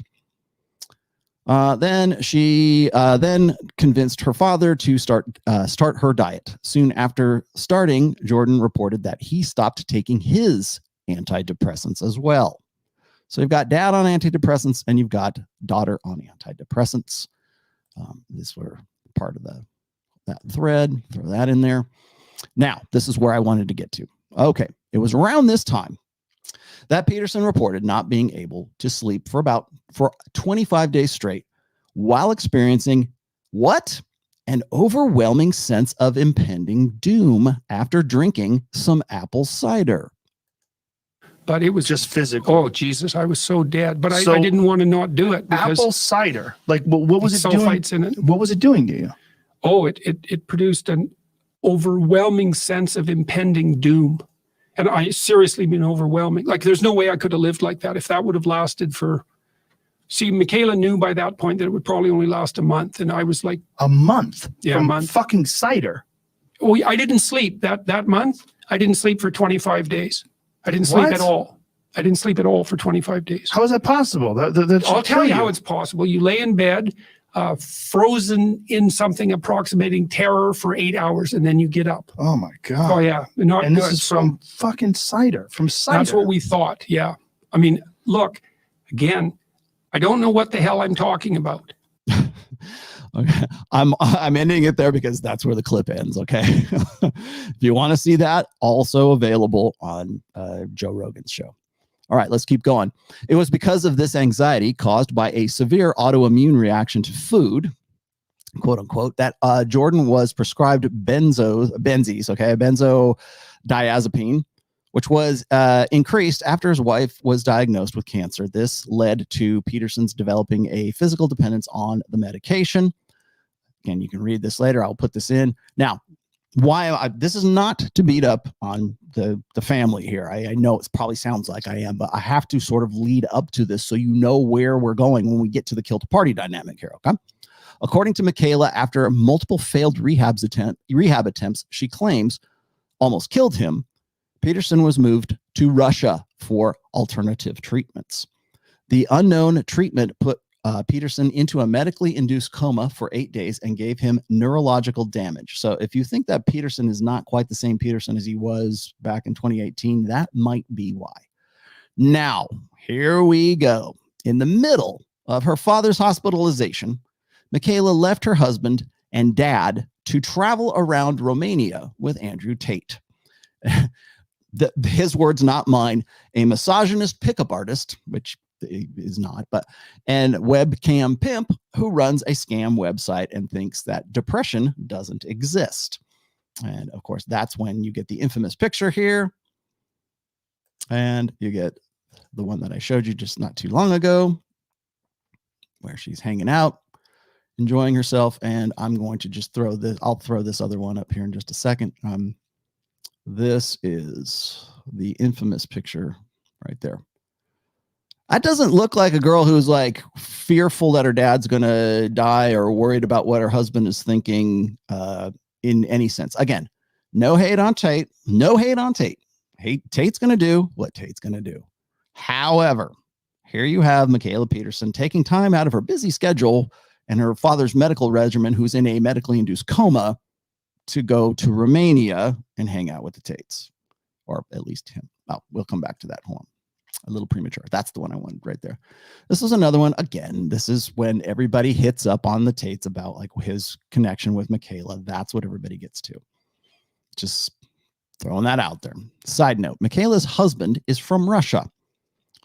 Thus Andrey, right? Claims to be possessed by a demon named Igor and is the one who helped Mikhaila get her dad into Russia for those treatments. Next, this entire time, Mikhaila was charging people $50 to $600 for memberships to her diet website that offered virtually nothing. The site is now defunct for a second time and was basically just a support group for people claiming that the diet cured them. But does it work for anyone? You guys can, again, that's kind of immaterial to everything that's going on. Well, it apparently didn't work for her father. As we have already seen, it didn't work for her because she admitted that she also took anti-anxiety drugs while on her diet, and it didn't help her mother who was on the diet and was diagnosed with kidney cancer requiring 2 surgeries. Again, that's immaterial to what we're talking about here. And then last but not least, Peterson finished his treatment in Russia. They went to Florida and eventually ended up in Serbia, where Mikhaila gave her entire family COVID, hospitalizing Jordan yet again. And the crazy thing is that, as far as I can tell, Jordan hasn't talked directly to the media since in 2019. All updates have come through his daughter. Now, that, of course, this was back in 2020. So take that to be whatever you want it to be. So that's the background. That's the timeline. That's everything that's happened up to this point. Now, my point is this: is here we are in 2021.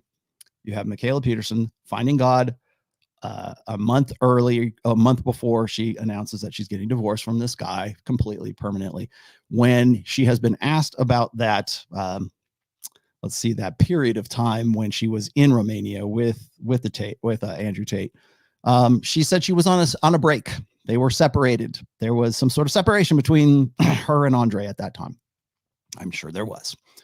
And all of this, I think, is, I don't say grist for the mill here, but it is the degree. And now, granted, is she crazy? Maybe she's crazy. Who knows, right?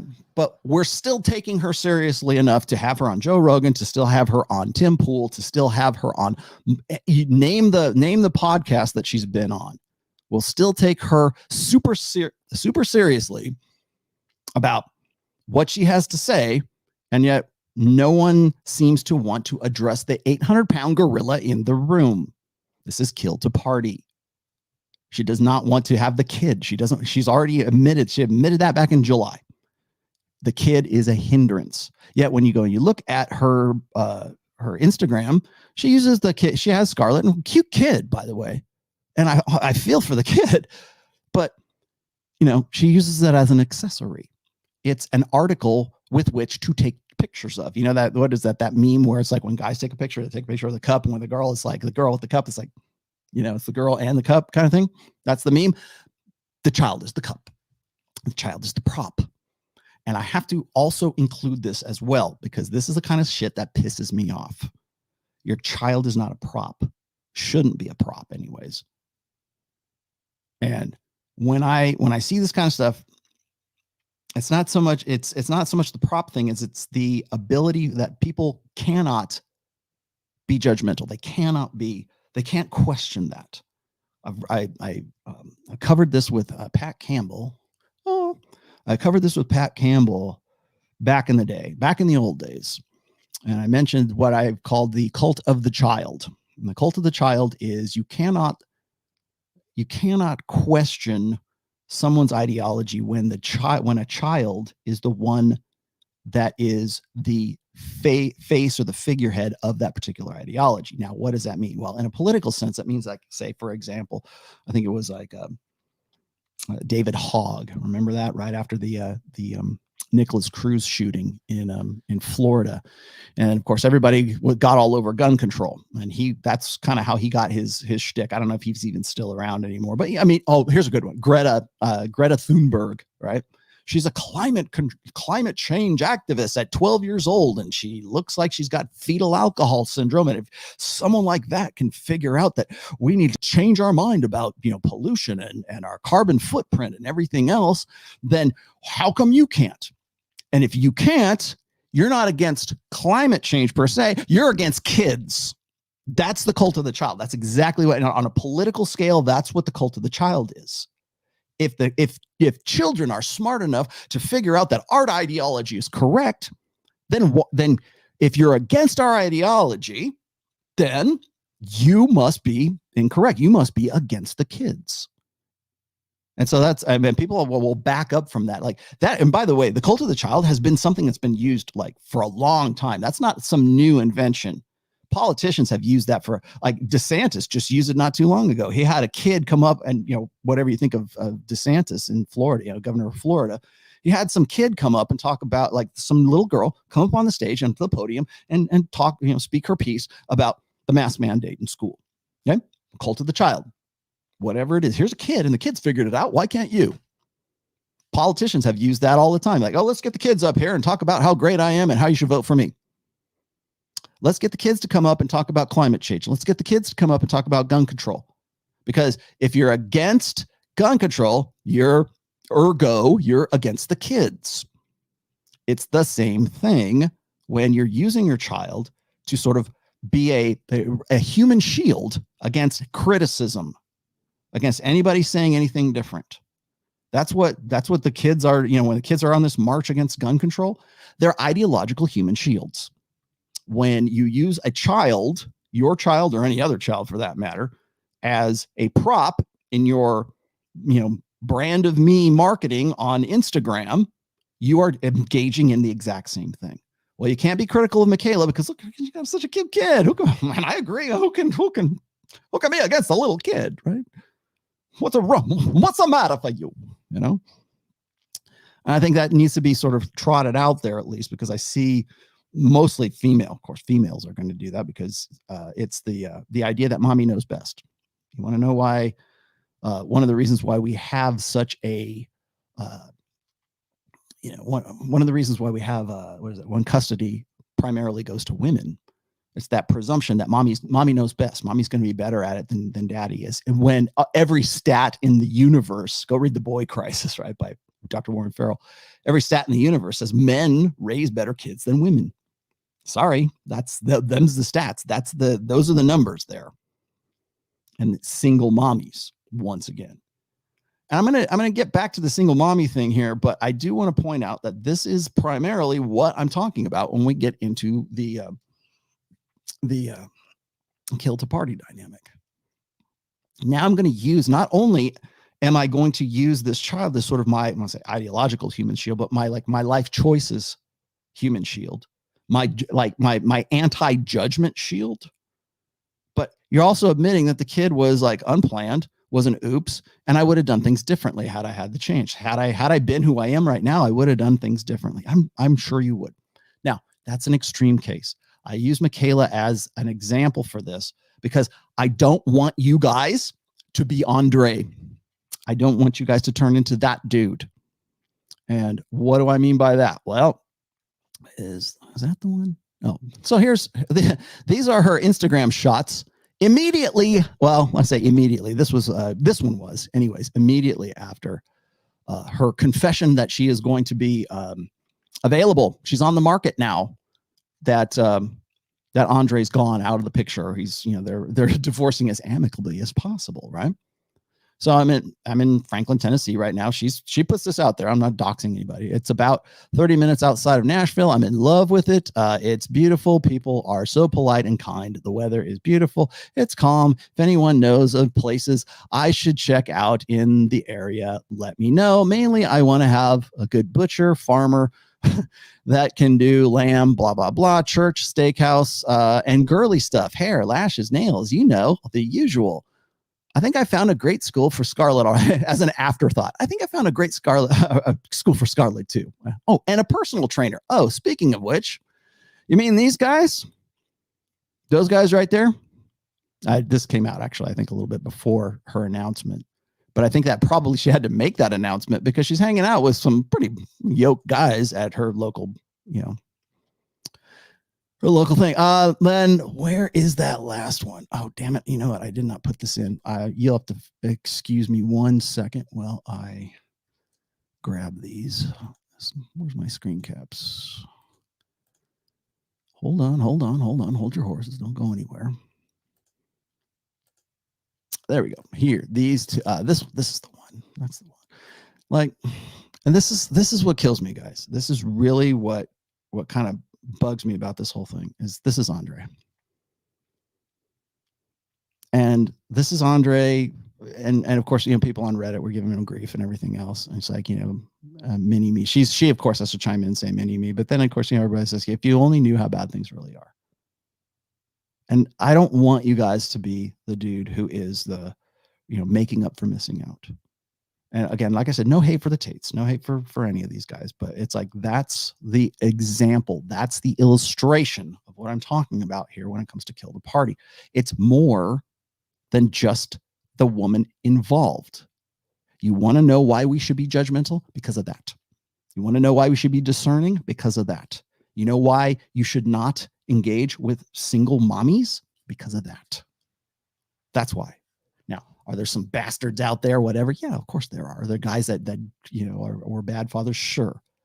But statistically speaking, The the guy that Mikhaila invites into her life will statistically be more prone to like abusing that poor little kid than not. In fact, 100 times more, according to Rob Henderson, I believe is where I read, or maybe I read that. Maybe was it an ape that understood the universe? It might have been Steve, but I don't know. Statistically speaking, you know, the new guy in the living arrangement is more likely to abuse that kid. And I'm not saying I'm not predicting that. I'm just giving you the stats. I connect dots here. But that's why I don't want you guys to be that dude. Why is it that guy? Why is it you're telling these guys to avoid single mothers? That's why. Making up for missing out, that's why. Kill to party, that's why. Casey Anthony, that's why. That's why I say that. And you think, oh, well, you guys are just judgmental asshats. Well, yeah, because we have to be. Because it's not just about you. It's also about the child. It's about the guy who was the father of the child. It's about the families that are involved who are grandma and grandpa of that child. It's about the friends and the brothers and everything else that revolves around that. That was the thing about the Casey Anthony case that nobody really sort of grasps, I think. It was a dead child. How did that impact mom and dad? How did that impact grandma and grandpa? How did that impact brother and sister? Casey Anthony is married now. Some dude said, yeah, that's okay. I'll forgive you. Let's go have babies ourselves. We'll make a life of things. Some dude wifed up Casey Anthony. And women know that that's what's going to happen. They're like, okay, it's all good because there's always some simp, some chump out there who's going to, forgive me of my sins. You want to know why they all find God right around 29, 30, 31 years old? Because they're looking for absolution. They're looking for forgiveness. I mentioned this on the last video. I won't harp on it too much. But that's why it's a thing. You want to know why? I talked about this on I was on Abu American's show. And I mentioned this. I said one of the reasons why Christianity was the first to fall, really, to the feminine imperative, to assimilation efforts of gynocentrism, is because of the forgiveness dynamic. Because of it's a religion that is fundamentally based on forgiveness, more or less. I don't think that that's a revelation for anybody. And so, yeah, it's very attractive. Oh, I can be I don't have, God has forgiven me. Why can't you? We don't do that for guys. Guys have to be held accountable. But for women, we go, oh, you made some bad mistakes because some jerk that you chose to have sex with and breed with. Oh, is Andrey the jerk here? Remember, Andrey's the one that got Dr. Peterson into Russia for the alternative treatments. I don't know what those entailed. He was right there the whole way. She admits this. She talks about this in those interviews. Oh, yeah, he was instrumental. He was such a great guy. He helped me out. Yeah. And now he's out of the picture. And now you're in Nashville, 29 years old. You got to make up for missing out. And, all your girlfriends were having fun while you're playing mommy. And she's not really even playing mommy. Like, who's babysitting the kid? Who's babysitting the child? Maybe it's mom, but who's babysitting the kid when she's on Fresh and Fit? She's not on Fresh and Fit. But who's watching the kid? Thought mommy's in the club. She gonna need a babysitter. Okay. Imagine the logistics that women have to go through for kill to party. Well, and imagine the impetus, right? Imagine the importance, right, of women having to get a babysitter, get mom, get sister, get whatever. Imagine that has, especially these days, who's watching the child? Well, you're at the club on a Wednesday night at 2 a.m. Who? Is it mom? Is it your sister? Who's doing this? Is it the guy? Is it Andrey who's watching the kid? Because while you're out there at 29 years old, soon to be 30, you're in the club, you're getting your picture taken for Instagram with, huge bodybuilders. You're there, looking cute in your new boots. So like, this is you. This is you right here. Where'd it go? Well, that's you too, but that's certainly you. So while this is you walking around Nashville down in the club area, this is Andrey.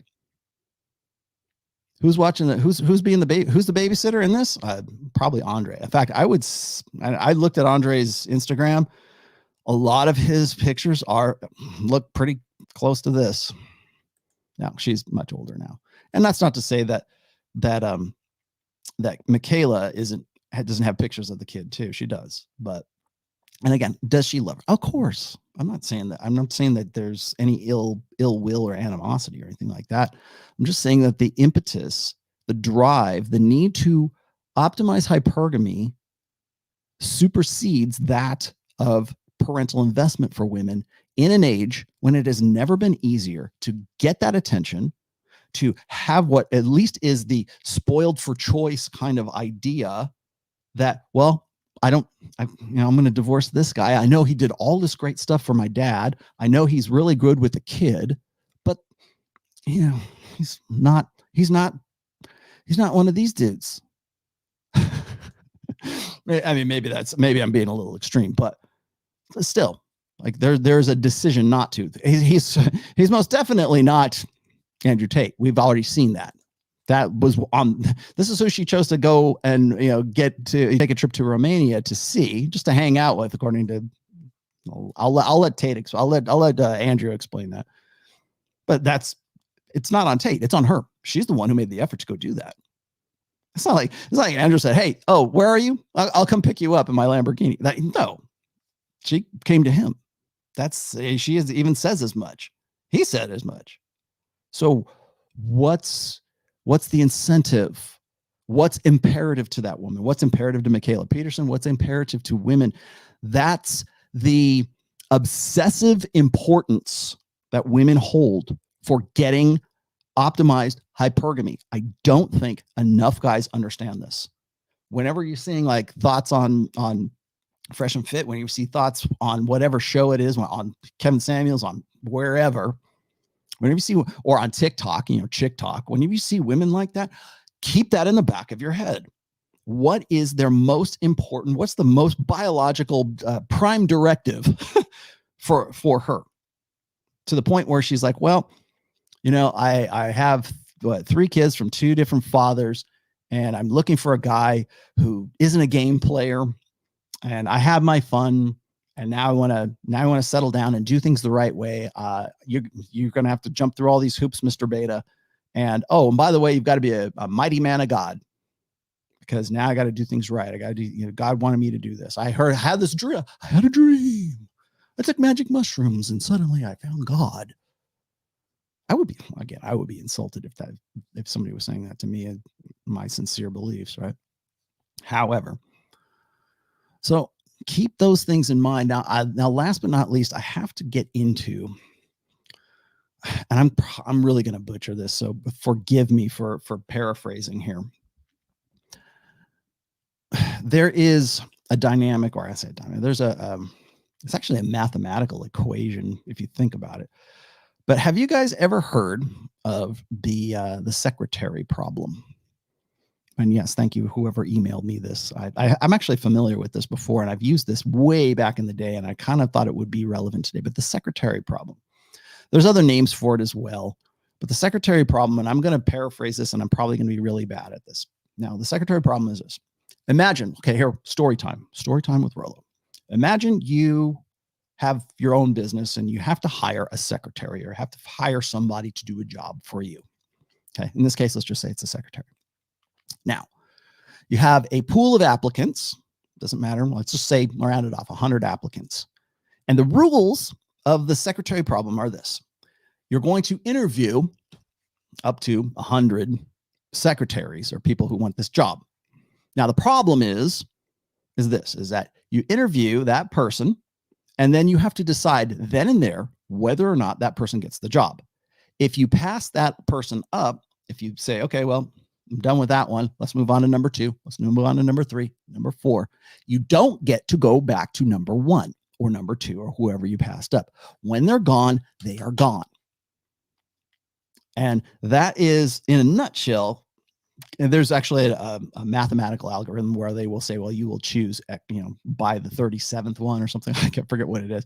But there's actually an equation that goes along with this. Okay.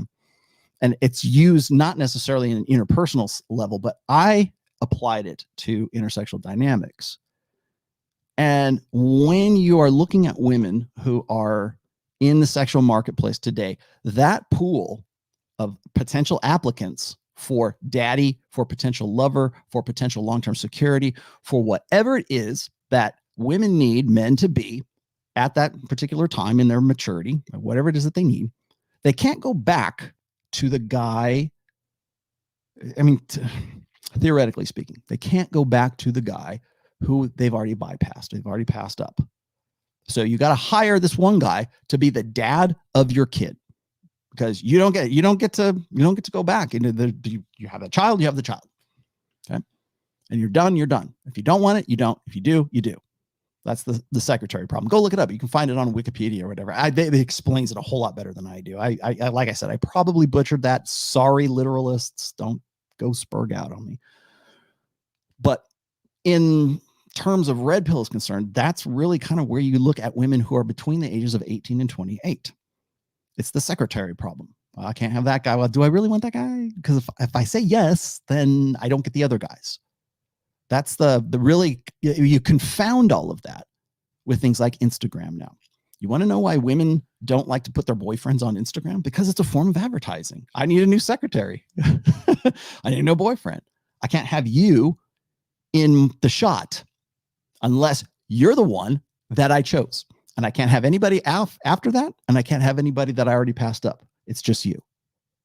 So the potential there, I should have added that too. The secretary problem is also this. You can't decide on anybody that comes after the one you decide on, or the ones that you bypassed, that you opted out for. So here you are with this one person, and it's like, now I'm going to put you on my Instagram, because by doing so, any other potential guy who would want to get with her is going, do I really want to get with that? Like, she's already been with this. She's what is it? She's already been with these dudes. Where this one?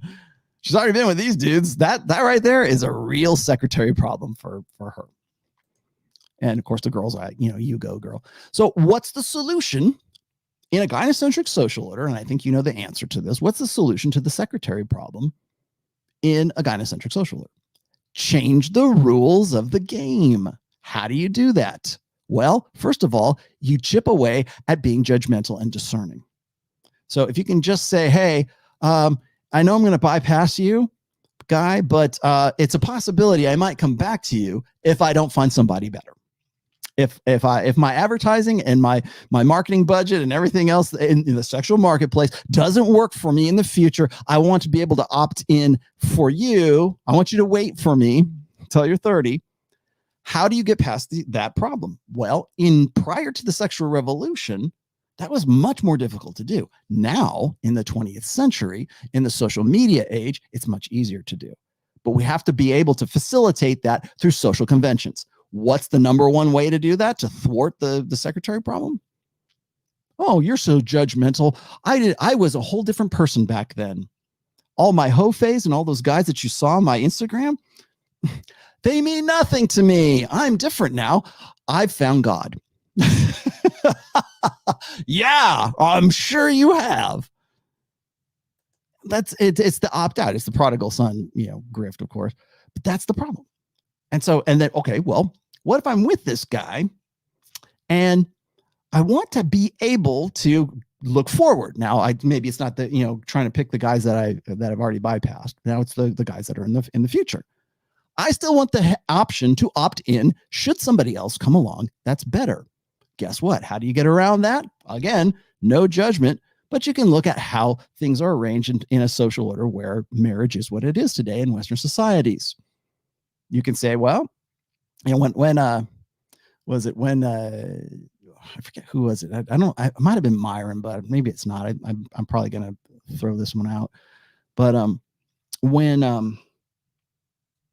woman has her Instagram and everything, and you're not in it, or you're the Instagram boyfriend. Oh, that was rich. Yeah, when you're the Instagram boyfriend, that's when you are aiding in thwarting that's the secretary problem.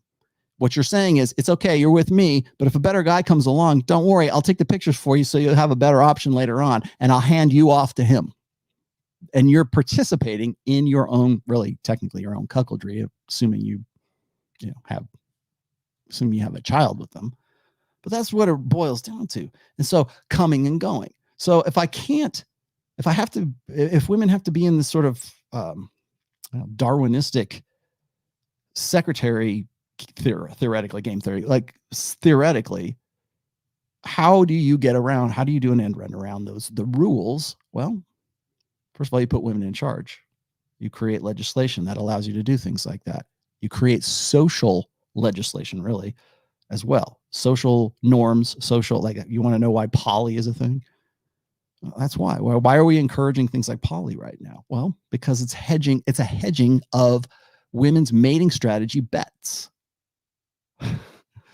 And, well, but then of course women will say, well, you get advantage out of it too. You can bang whoever you want. Yeah. But who in that situation has an easier time of leveraging poly? Women or men? Who has the easier time in the sexual marketplace? Women or men? I'll wait. Women. As any black pill MGTOW doomer will tell you, Spurg pill doomer will tell you, right? All a woman has to do is go down to the local club and spread her legs, and she can have anybody she wants. Yeah, that's a problem. It's not anybody. She doesn't want just anybody. But they're not wrong in the sense that who can leverage, unlimited access to unlimited sexuality? Well, women can. How do you get around the secretary problem? That's it. Okay, let me back up a little bit here. I will try. Oh, so yeah, I was going to say, I meant to say, I told you guys about that, the sense of impending doom. Does that sound like maybe you going off your meds? I'm looking at the backlog of chats here. Sam, thanks for keeping those. But yeah, the sense of impending doom. The reason I had you guys sort of make a mental note of that, maybe it's because you went off your meds. I can imagine that might be the cause of it, not the diet, not apple cider vinegar or whatever it is. You're off your meds, man. I mean, you go off coffee, you're probably going to have a headache. Must be the sense of impending doom. I don't understand. Is that where we're at? Is that really where we're at? Let me back up. What's great is StreamYard is now allowing me to go back further in time. So let's keep going back here. What did you say? Oh, going to Romania showed true desire. Yes, ML. Yes. What is my true desire? And this is awesome. Glad you brought this up, because Jordan Peterson brought this up. He read in the Bible. I think this is in Timothy, Revelations. I don't know. I don't know the chapter. Sorry, I'm not a theologian, and I don't play one on the internet. If you are lukewarm, I'll spit thee out of my mouth. I've used this. I'm not saying he's like picking up on my work, but I've used that terminology before, or that quote anyways, when I'm talking about genuine desire. In the Bible itself, there is a confirmation of genuine desire being non-negotiable. I would rather, like, essentially what it says, if you are, I want you either hot or cold. I don't want you lukewarm, because that means you're on the fence, right? That means you don't know what you're wishy-washy. You're a flip-flopper. At least hate my guts or love me to death. Show genuine desire, organic, genuine desire, or be indifferent and don't mess me or don't waste my time. Right? God doesn't like game playing time wasters, according to Alan Roger Curry. Right? I don't waste my time. Spit thee out of my mouth, lukewarm Christian, lukewarm whatever, lukewarm believer. That's desire. God wants genuine desire, according to Revelations. Going to actually probably Old Testament too. Going to Romania showed true desire. Yes, non-negotiable. Nobody said. Remember? Okay. Oh man. Okay. So let's. You know what? I feel like I have to actually read this one here. Where'd it go? There it is. Iron Rule of Tomassi, number 3, the most contentious iron rule that I've ever written. And what is that? It is the wait for it rule, or the don't wait for it rule. All right, so this is it. Iron Rule of Tomassi, number 3. Any woman who makes you wait for sex or by her actions implies she is making you wait for sex, the sex is never worth the wait. Cardinal rule of game, my friends, my gentlemen, is women make rules for betas and they break rules for alphas. This is a woman right here. Where'd she go? This is a woman right here who is definitely breaking rules. Definitely breaking rules for a guy who is alpha. I'm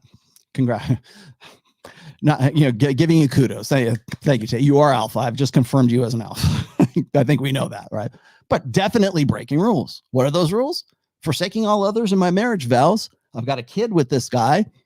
I'm breaking. I don't usually do things like this. Of course you don't, because that would be breaking rules. You don't break. How old? She said she was 23 when she got pregnant. I think she was 24 when she had the baby. So she's like 25, 26 in there, somewhere around there. Because the baby, there's actually shots of, and I didn't want it because it just pulled on my heartstrings too much. But there's shots of Andrey with the newborn baby at the time that all that shit was going down.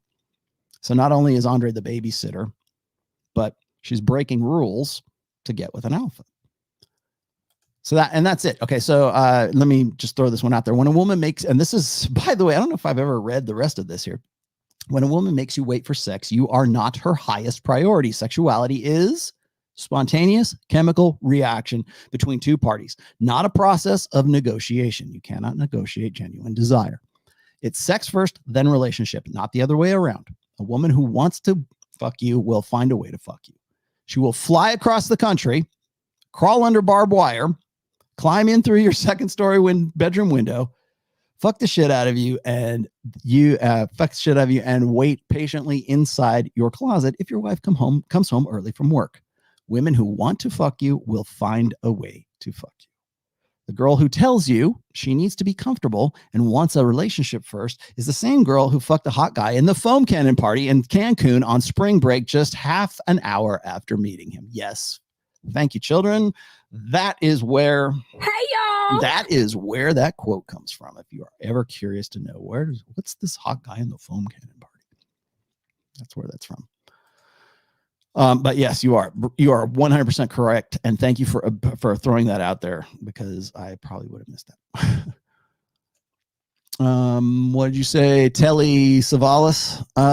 Does Andrey make his bed every morning? Gab, well, clearly making your bed is not helping Mikhaila Peterson.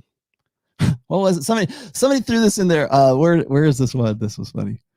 Well, it's not her bedroom. Damn it. I was hoping that was going to be her bedroom because like people were saying, oh, is her bed made? Maybe she just made your bed more, then you wouldn't have been in all those horrible things you were talking about in those interviews, Mikhaila. Marwan, Mikhaila did things in the wrong order. Andrey was the guy she needed at 29, not 23. However, the missing out reversed things. Yes. And that is Mikhaila is a very good example of, first of all, the making up for missing out, but it's also living vicariously through her girlfriends. What happens mostly, like when I get this question, guys will say, well, my wife, I married her at 19. We have kids. Now she's divorcing me. I just don't understand. Rollo, what happened? She said, we've become different people. Meanwhile, during her hoe phase, or what would have been her hoe phase, she's changing diapers and, making formula and doing the things that mom does and playing house, doing that stuff. Meanwhile, she's got the internet and she's got social media and she's living vicariously through her sister and for her girlfriends who are going out for the girls' night out in Vegas, who are going to the clubs, going to the yacht parties. And even if that's not the case, by order of degrees, it is the case. Now, of course, maybe not every girl has friends that are going to be on the, going on a girls' night out or something like that. Maybe not all of them are like that, but maybe they're going to line dancing in Nashville. Maybe they're going whatever it is that young ladies do during their hoe phase in a, globalized sexual marketplace. That's what she's missing out on. And so she lives vicariously. You'll also find, by the way, like older women will do the same thing. They will, like if they have a daughter or whatever, and they are trying to make up for missing out, and they realize they can't pull themselves out of their living situation because the guy that they're with either has, he makes more money than her or whatever. They will still find ways to live vicariously through their daughter, through their girlfriends, through their sister, whatever it is. And so That has never been easier than in the 21st century, courtesy of just what we're doing right now, social media in particular. But that, yeah. So, and when that girl gets to be 29, do women still go through an epiphany phase if they already had babies? Yeah, they do. Here it is. This is a good example of that. Guys will say, well, I don't think so. She's going to go. She missed her epiphany phase because I wifed her up at 23 and we had babies and she's been a great mother. And I'm sure her ability to capitalize or leverage that epiphany phase or that hoe phase or whatever it is that you're going to call it, you know, like I said, the timeline that there, a woman's ability to make the most of this right here is really kind of depends on the woman. Like your party years later, like a woman who's like grossly overweight, which is of course, 40% of women right now, and at least 75% of the US population, right? Overweight or obese, your ability to maximize the party years is going to be very much hindered by social conventions and certainly by your weight when you're in your party years. So maybe, well, we'll find a nice convenient way to make my necessity a virtue. I'm fat, so now I want to get into, I've got to go find who my Prince Charming is at the church. I mentioned that on the Steve Harvey show that I did, which actually was a really great show. If you haven't seen that, I think I'm gonna link it at the end of this video. But when I took Steve Harvey to the carpet about, or actually it was the woman, but the woman who was saying, I'm 35 years old and I'm waiting for God to give me my prince or my what is it? The Ciara, by the way, 29 again, already had a kid with Future before she got to where she was, with Russell, and she lucked out. She actually, that her bet paid off. Is she going to be thinking about like going back? Probably not at this stage because she's 36 years old and she's with Russell Wilson. But had she got with some guy who was not quite as good as like Future, she might like Russell Wilson might suffer the same fate as Will Smith when Russell gets to be about 52, 53 years old. Don't know. Not saying, I'm not making predictions, but the template fits. And why does it fit? Well, because it's making up for missing out. I could have been doing this. My life that could have been. And I got asked earlier, and I forget who asked me this on the super chat. So forgive me because I can't scroll all the way back up to it. But somebody asked me, how does solipsism, female solipsism, factor in to innate solipsism? How does it factor in to the, well, certainly kill the party and the epiphany phase? Good question. In a gynocentric social order that is steeped in social media right now, all we do is pander to solipsism. Because when we're like, men would never, like when we talk about like slut shaming, where we talk about like, oh, women say, oh, they're harassed online. Yeah, women are harassed by other women. Women are harassed or are slut shamed by other women primarily. Most guys, particularly in the latter half of the millennial generation and probably most of the Generation Z, they wouldn't dream of stepping on your toes. In fact, they walk on eggshells, ladies. They don't want to be like typical. They don't want to be like, the Dan Bilzerian. They don't want to be Andrew Tate. They don't want to like step on your feet. They want to be as nice and courteous and romantic and chivalrous as they possibly can. For the most part. Maybe online they want to vent and be little bitches about things, but meet them in real life. And if they're trying to get in your pants or if they're trying to, warm you up to something, of a relationship or get a peck on the cheek, they're not going to take any chances that would ruin that, that ability. So when we're pandering to that, or when we're not being judgmental, what are we doing? We are also reinforcing solipsism. The solipsism is, of course, nothing outside of outside of the self exists. Everything exists to like focus in on the woman. Men are concerned with things. Women are concerned with people. And the first person they're concerned with is themselves. You don't have to teach a woman to have mental point of origin. Solipsism already solved that problem for her. So solipsism is a necessary, and again, this is not a negative or a positive. Solipsism is a necessary part of women's psychology because it has to be. They had to be concerned with their own survival. They are the vulnerable sex. The children are vulnerable. It was Dr. Gatzad. This is the Godfather. God was responding to this article about how human beings are not actually monogamous. They're actually more promiscuous than anything else. And I have done till I'm blue in the face about promiscuity and socially enforced monogamy and I've been very outspoken against poly, but not because I don't think that human beings are promiscuous. It's not a black or white thing. You know, it's not an on or off. There's no binaries in this. The reason I'm against it is because of the human response for jealousy and mate guarding. These are very well established, very well studied, dynamics in human beings. That doesn't, we are jealous because it worked for everybody that came before us. That's why I'm against poly, not because of not moral issues or anything like that. I mean, hell, I tell you to go and, spin plates, but I don't tell you go have a main chick and then have 3 side chicks. I don't know. I say, just play the field, just be up front, spin plates, date non-exclusively. That's not poly. That's you you expanding. You're being prudent, my friend. You are weighing your options.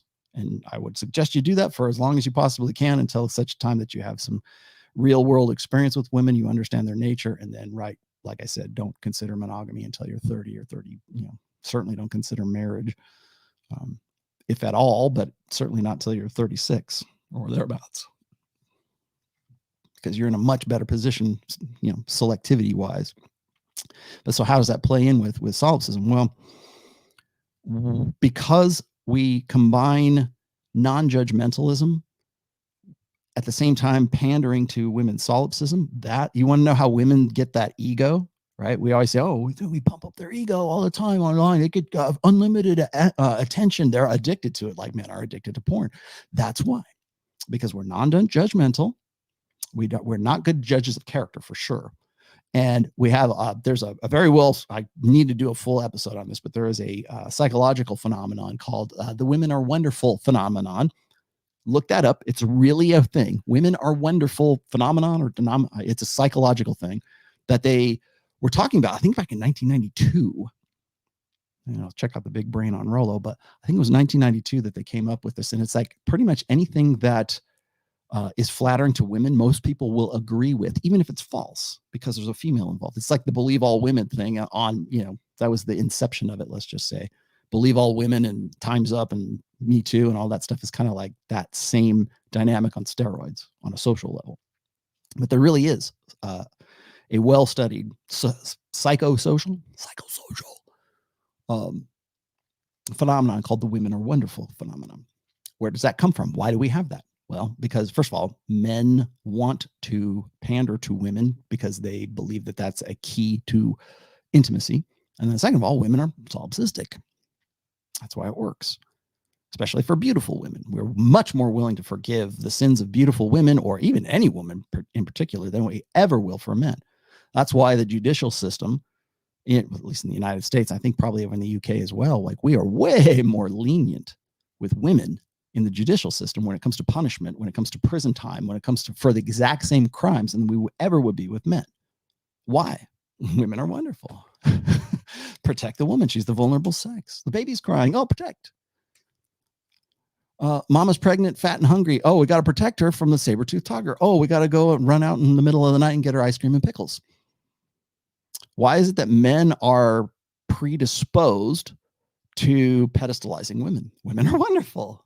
And because because of solipsism, we're happy to pander to that. Why do we let Casey Anthony off the hook? Well, women are wonderful, but she killed the kid.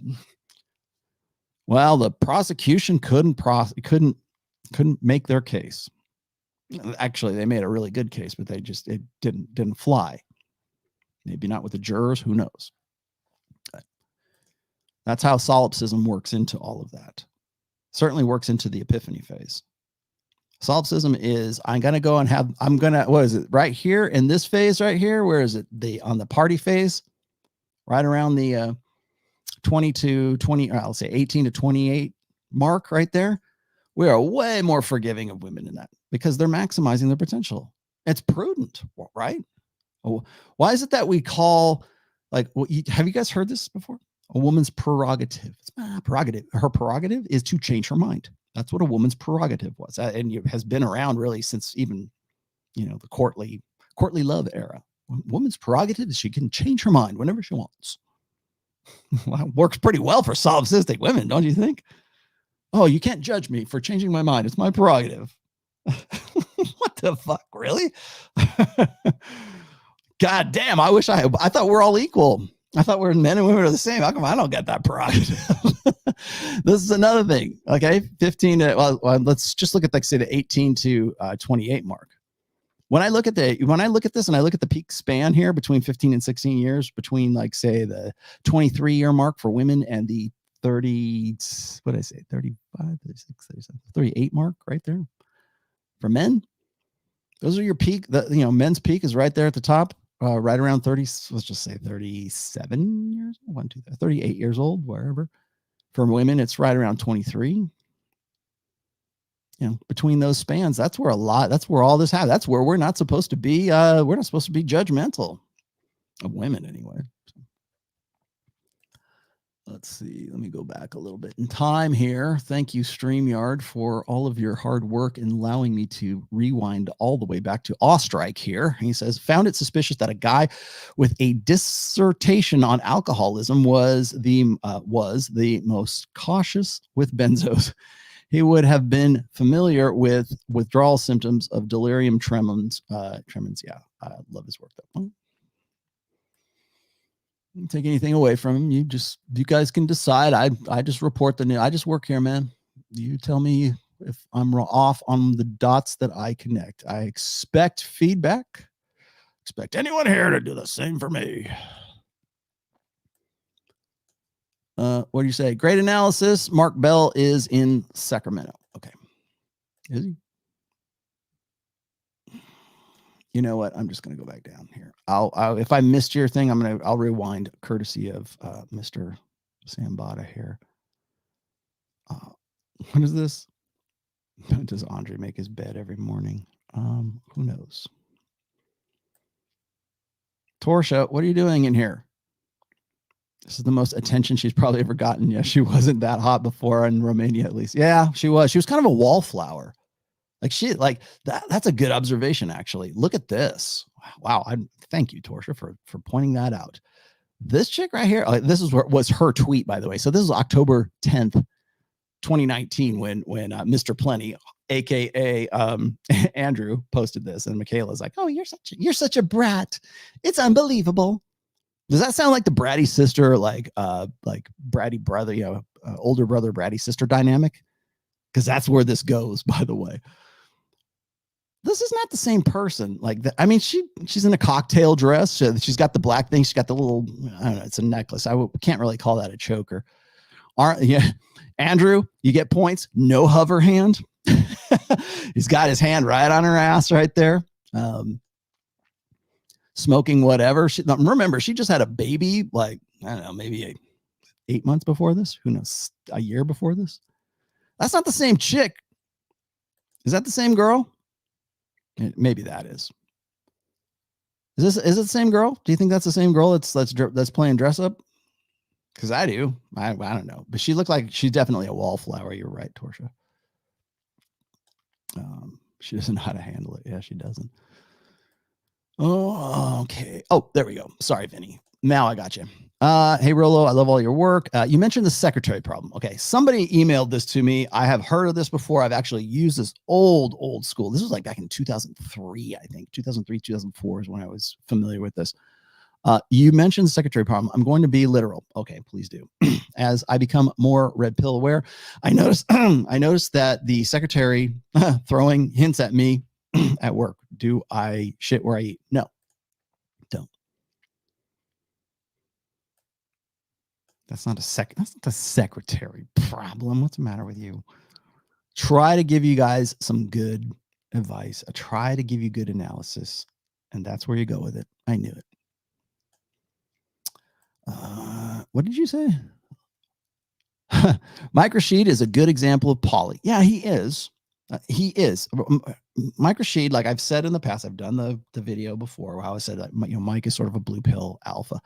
I was kind of surprised when he was on with Fresh and Fit recently because he had his two chicks there, and they're both his mains as far as I can tell. Like, there's no side chick. He doesn't play games like like that, right? Now, these girls will probably go source for him. I think Mike Rashid has the potential to be like sort of like the black Dan Bilzerian, if he wants to be, if that's where he wants to go with it. Like for real, I know Dan Bilzerian pays for his chicks. But when I was watching that, I'm like, is this the same guy who was telling guys they need to like be on their game and be like responsible? And you know, he was really apologetic in the first interview when Fresh and Myron were out there in California doing that. And that's when I, you know, sort of chimed in on all that. I wasn't attacking him. I was, again, just trying to sort of illustrate a dynamic. Of course, he took it completely out of context and doesn't want to listen to whatever I have to say, but I thought it was interesting. Will monogamy disappear in the 21st century? That's a very good question. I don't think entirely. I don't think it can entirely, because the human race is dependent on a two-parent biology. I think biologically speaking, I don't think it can. Oh, by the way, so the God Sod article he was responding to was somebody, I forget who the publisher was, but he was responding to the idea that, well, human beings are promiscuous. It's the naturalistic fallacy. Human beings are naturally promiscuous, so therefore we should just abandon monogamy altogether and just, you know, let your freak flag fly, you know, go for the orgasm. Doesn't matter. No, it absolutely does. And everyone, whenever I hear arguments for poly, what I don't hear is any counter arguments about human jealousy response, which is probably the number one like reason why guys kill other guys, and historically for sure. Mate guarding from, you know, mated pairs, also fathers, also brothers, also tribal, you know, guarding of women's chastity and virginity and whatever else, because that's very important in a patriarchal, you know, dynamic. Human beings are innately patriarchal. Like that? Take that one to the bank, ladies. Take that one to the bank, feminists. Human beings are innately patriarchal. You take a man and a woman, you put them in there, you put them in the tribes, and you put them wherever you evolve them up from the sub-Saharan African plains in 100,000 years ago, and they naturally go for patriarchy because men are more strong. Men are physically have the capacity for combat. And women tend to be more communitarian. Men tend to be more hierarchical. And that's how you get all of that. It's not that, oh, they're evil patriarchs. No, I mean, there's definitely room for exploitation. Don't get me wrong.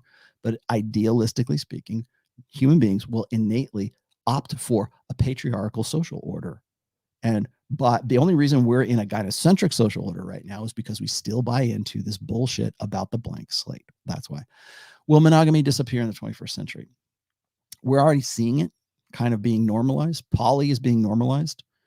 When you have women who don't want to have anything to do with most men, and they don't have to have anything to do with most men, meaning beta male guys. Incel, we call them incels. We ridicule them. You're a perma virgin. Well, who do they go for? If the beta bucks parental investment, long-term security, protection, and provisioning is already provided by the state or by women themselves or by a social order that encourages them to say you can't trust any men, yeah, we're probably opting away from like what we would think of as traditional socially enforced monogamy. But women are the ones who are initiating their own form of polygamy. They want the alpha male to impregnate them, and then they want to move on. That's optimization of hypergamy. Women would rather share a hot, successful alpha than to be saddled with a faithful beta, like Andrey, unfortunately. Andrey, I feel for you. I don't hate on Andrey one bit. He's doing what he's doing. Ladies, Andrey will be a catch later on. He's not very alpha, but maybe after this, he will change his mind. Assuming the demon that's in him named Igor doesn't take over. In fact, I would almost hope that Igor did take over. Because at this stage, what do you got to lose, Andrey? Let Igor take over. If Igor is the demon that's in you, and that's the alpha side of you, it might be time to have a discussion with Igor. I love how we like call it. It's funny to me how we like mythologize aspects of ourselves. Like it's what is it? Carl Jung. It's your shadow self. Yeah. What is it? Tool, my shadow world. Yes. Look, wait, hold on. Where's the devil horns or devil horns? Here you go. Look, I'm in my shadow world. Let's see. Warrior Race. That's that would be a good name for a band, except for, I don't know, maybe it would.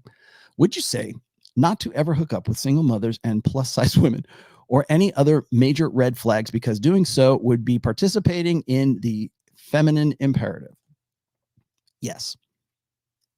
A woman like, I'm going to throw, I thought of this and I didn't throw it out until now. A woman like Mikhaila Peterson has more red flags than her father's art collection. If you know who Jordan Peterson is, you know what I'm talking about. His Soviet art collection. Yes, stay away from single mothers, and you will innately do that. Would you like me to tell you a story about a single mother?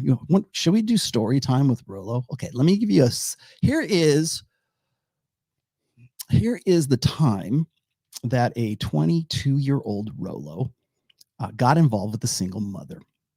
But hear me out, was not red pill at the time. And second of all, I didn't know she was a single mom. Okay, this is in the 90s. It's like 1990, maybe 91, somewhere around there. One of my 40 notch counts that apparently is not enough for guys getting $1,300 a year in Brazil.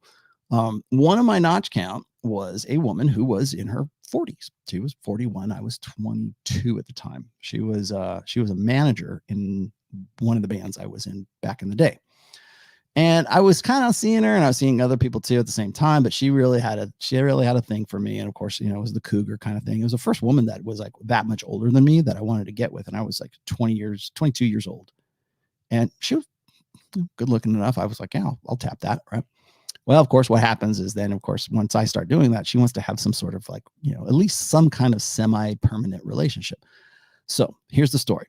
I went over to, she lived in, it was Westwood, I think. No, it was, where was that? Like West Hollywood or something. Like, I can't remember exactly where she was. Anyway, she had a good chunk of change. Her ex-husband was a record producer. And so she had a very nice condo in, it was Thousand Oaks. That's where she was. And I remember going over to her place one time, and she always had this one door that was closed all the time. And I was going to her place, and I've been over there a couple times already. And I think I gone over there for on a Friday night or something like that. We had a date set up. We're going somewhere, probably just going to bang, whatever, and be gone. But I'm walking up to it's daylight out, right? Most of the time I was there at the nighttime. There's daylight out, and I'm looking at the condo. And this is my 22-year-old brain going, right? I'm looking at the condo, and I'm looking at the front door, and then I'm looking at the next front door, and I'm kind of doing like, I'm like a junior architect in my brain. I'm going, this condo is a lot longer, a lot longer than the rooms that I've been in. And so I had got with her, and we were done, and she was getting in the shower and everything. I was just hanging out in the bed, and I couldn't help my curiosity. And so there was this one door that was always closed, and I had to have been the extension or something else for the room. And I'd asked her about that one time, and she says, "Oh, that's the laundry room, and nothing back there. That's just the laundry room." And I was like, "Really?" And that's a big ass laundry room if that's the case. So she's in the shower. I get up out of the bed, and I go into the door, and I open the door, and holy shit, there's a whole nother room back there, and it's her kid's room. And it's like she had like I think a 6 or 7 year old son, and she was right. The laundry room was there too, but there's also a whole nother bedroom in there. I'm like, oh, what? And then so she figures that out, and I go, why didn't you? So she comes out of the shower. I go, why didn't you tell me you have a son? She's like, I didn't want you to to leave me. I didn't want you. She was upset that I discovered that she's actually a single mother. Now this is 1991. And that was the case of what was going on. There's my one single mommy story that I can throw at you. But so I was with this chick, and I was like, this is a much longer condo. It was the funniest thing in the world. I love telling that story when I'm with the guys and stuff like that. But there is that need to keep it under wraps, and it's not a new thing. single mommies have always had, women know on an instinctual level, that having that kid is baggage. That's how the kill to party dynamic. It's not just a recent discovery by pickup artists. It's something that's been around for a long time and will continue to be too, because on an innate level, women understand that men see other women who are single mothers as being less desirable. And it's not because they're not hot. Like we always say, if you want to bang a single mother, go ahead, but don't get involved. Don't marry, don't wife one up. Because now what you're doing is you're going against your own biological imperative, which is paternity. It's what is it? It's not sunk cost. It's what is it? The cost benefit kind of thing, right? It's opportunity cost is what it is. That's really what it boils down to. Paternity, like men's need for ascertaining certainty of paternity, is all about opportunity cost. Because if I am putting off my innate mating strategy, which is unlimited access to unlimited sexuality, then what I'm doing by forsaking all others is I am giving up all of that opportunity, the opportunity cost, to say, okay, I'm going to do all this stuff, but the kid has to be mine. Well, if the kid already isn't mine, it's pretty much a given. And that's why men have that sort of, at the very least, have an innate hesitancy or an innate revulsion. So should you ever hook up with single mothers, what are you doing? Do you have a vasectomy and you want to bang a single mother? Okay, fine. But don't catch feelings. Don't get emotionally involved in that, because it is, again, opportunity cost. Plus size women. Do I need to tell you? Do I need to answer that part, Warrior Race? Because if you like fat women, that's on you, brother, not me. I don't like fat women. I like thinner, athletic women. People say, would you like what kind of, like, what's your type? Sorry, Torsha. I like chicks who are blonde with big tits. I'm sorry. I like the stereotypical penthouse pets. Always have, always will. Blonde haired, blue eyes, big tits. That kind of thing. Just maybe that's just me. If I have a preference. However, I have been with women who are black. I've been with women who are. I've been with one of the best sexual experiences of my life was with a Vietnamese girl. Yeah, that was. Boy, ask me about that. I'm not going to make that public here, but ask me about that if you ever see me in person sometime. I'll tell you that story too. Nate, yeah, I don't care one way or the other about. In fact, I like black women quite a bit, as long as they're in shape and they look good, right? I'm not Cardi B is not a good looking black woman to me. Sorry, but there are some. Occasionally I'll see them on Fresh and Fit. I don't have a problem with hell, man. I'm all about variety. Don't get me wrong. But if I have a type, that's my type. Let's go backwards. I'm going to go backwards a little bit here, and I'm going to catch up, and then we will get out of here in a moment. I hope the Tates don't want to beat my ass for this when I get there, but I don't think they will. Jewel says, my little sister and I are close. She always listens to my input and shares my hobbies. Do I red pill her about being close to entering her SMV peak? If so, how? Well, Jules, are you a male? I don't know if that's a boy or are you a boy or a girl? Generally not. And if you do, let's just say, I'm not saying that women can't be red pilled. And stop using it as a verb, please. Just use it as it's intended. This is a praxeology. It's not a belief set.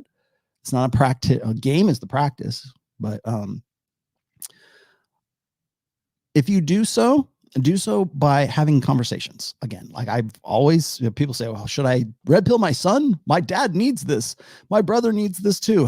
You want to become a red pill evangelist? Don't. Use Socratic method instead. Ask the right questions. Make your case as incidences arise. That's the best I can tell you. I would suggest the same thing with your sister. It's not I hesitantly say that maybe Torsha is red pill. We'll see. But she at least is She's on the right page. She's not going to be Mikhaila Peterson anytime soon. All right, I'm just going to back up through here because why not? Jules is male. Okay, so yeah, if you're a guy, then I would suggest the same thing. If you had a little brother, do the same thing. Point those things out. I said the same thing to my daughter. My daughter is 23 years old. I said, you make the most of this year. You make the most of your time when you're 22 through 25. I hope my daughter actually gets married early. I hope she gets married. And she's got a pretty steady boyfriend right now, whom I approve of, a hockey player, as you might guess, whom I approve of. And I think he's 25 right now too. So if it happens, it happens. But I would hope earlier than later, but maybe not 23. Don't make me a grandfather. Let's see. Asier Urasanga. I wanted to congratulate you on all you've done and keep doing. I will. Just became red pill aware this year. Thank you. Greetings from Venezuela. Oh, cool. Man, see, the rational male is international. The international rational male. Strike. Your kids hold you back. There's no hypergamous utility to staying in shape. Hence, obese mothers who don't stay in shape for their husbands. True. Because they got what they want, Strike. I have had, I have had like guys that I've been in like really good, successful bands with, like back in the day, who we kind of had to reimagine the band or completely quit that band as a result of exactly what you're saying right there. Is the guy just gives up because the girl gives up because the woman got what she wanted, but he still has the responsibilities. I got the kid. Ha, gotcha, sucker. Got you. Tell that bitch to be cool. Say bitch. Be cool. Let's see, Jules, I got to you. Major Plug says, Rollo, what do you want? What do you? Thanks for what you do. I watched past stream about Windows and wanted to know how losing a partner to death would affect a man psychologically. I don't know, how long have you been with the person, right? I'm an actual widow. I'm sure it would mess you up pretty bad. You think men in particular or women in particular? It's kind of hard to say. I don't know exactly what the context is there, Major, but yeah, I mean, losing a partner who you've been with for a while.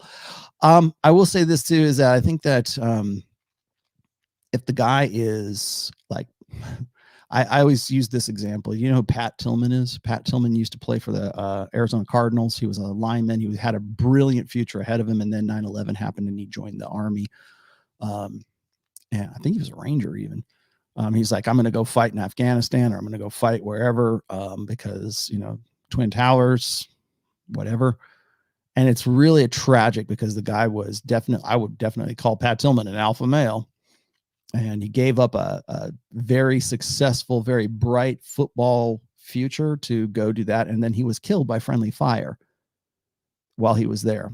And it was covered up by the government. And of course, here we are in 2021. We've just abandoned Afghanistan. And a guy like Pat Tillman, who is, who I would say is a man's man, definitely alpha male, and I think like ethically, moralistically, physically, biologically, the dude was on top of his game, left a widow behind him.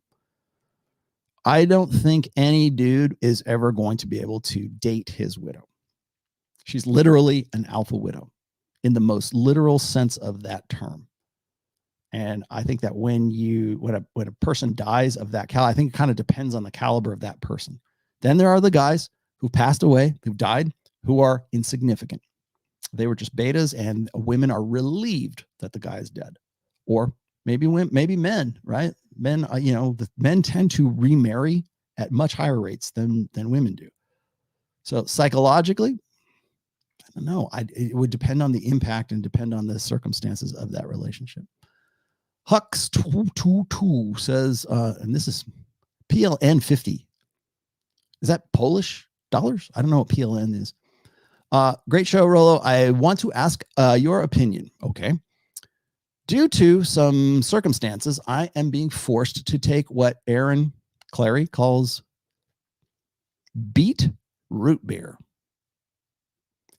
What is it all about? Do you think there might be a health issues? Beet root beer. Are you talking? And I hope you're talking about Aaron. I don't know, man. Now, Aaron, if you're watching this, text me now and tell me what the hell beet root beer is. I have no earthly idea what you're talking about. You know.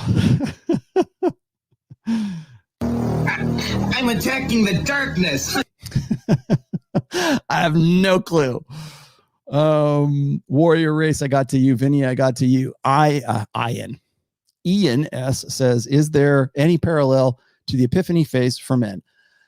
Good question. I have been asked this on several occasions because people, as soon as Roosh decided that he wanted to pivot to, the God pill, Christian pill, whatever he's doing, people ask me, well, he's 40 and he doesn't have what he wanted out of life. And I think this is going to become more of a topic and more of an issue in the future because we're starting to see the first generation of guys who aren't following in their dad's footsteps or their grandfather's footsteps. Like, put it this way.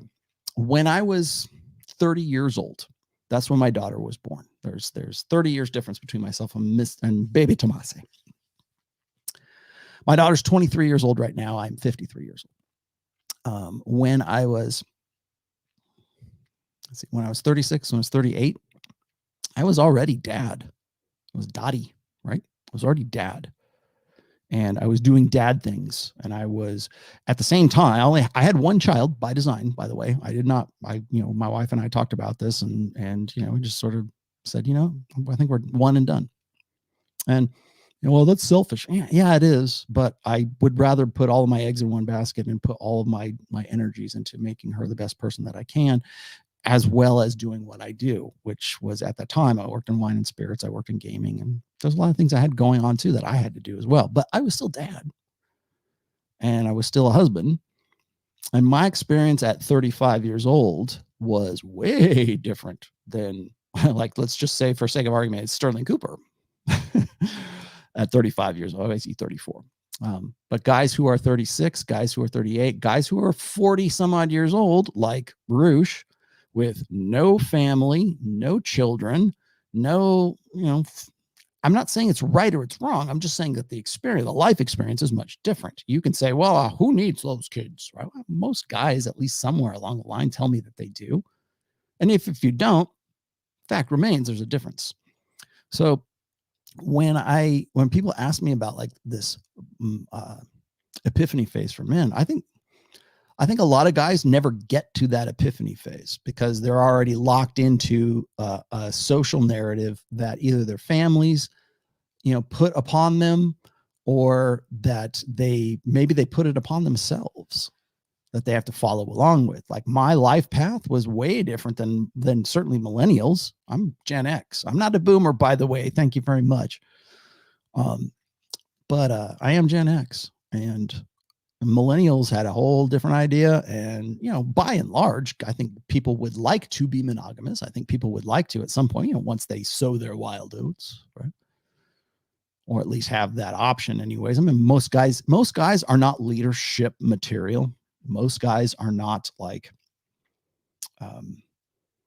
as I've said before, most guys are beta, like the 80% of guys. And we can talk about sociosexual hierarchies and delta males and gamma males on whatever. I mean, that's Vox Day, by the way. But my experience is going to be a lot different. But I am seeing what's going on with certainly the last half of the millennials and most of the, well, if not all of Gen Z. Now, are they all like that? No. And are there, not all Gen Zs are like that. Yeah, the guy who I am in Trial of Ascension with, the other guitar player, CJ, is married, has a child. I actually went to his child's second birthday yesterday.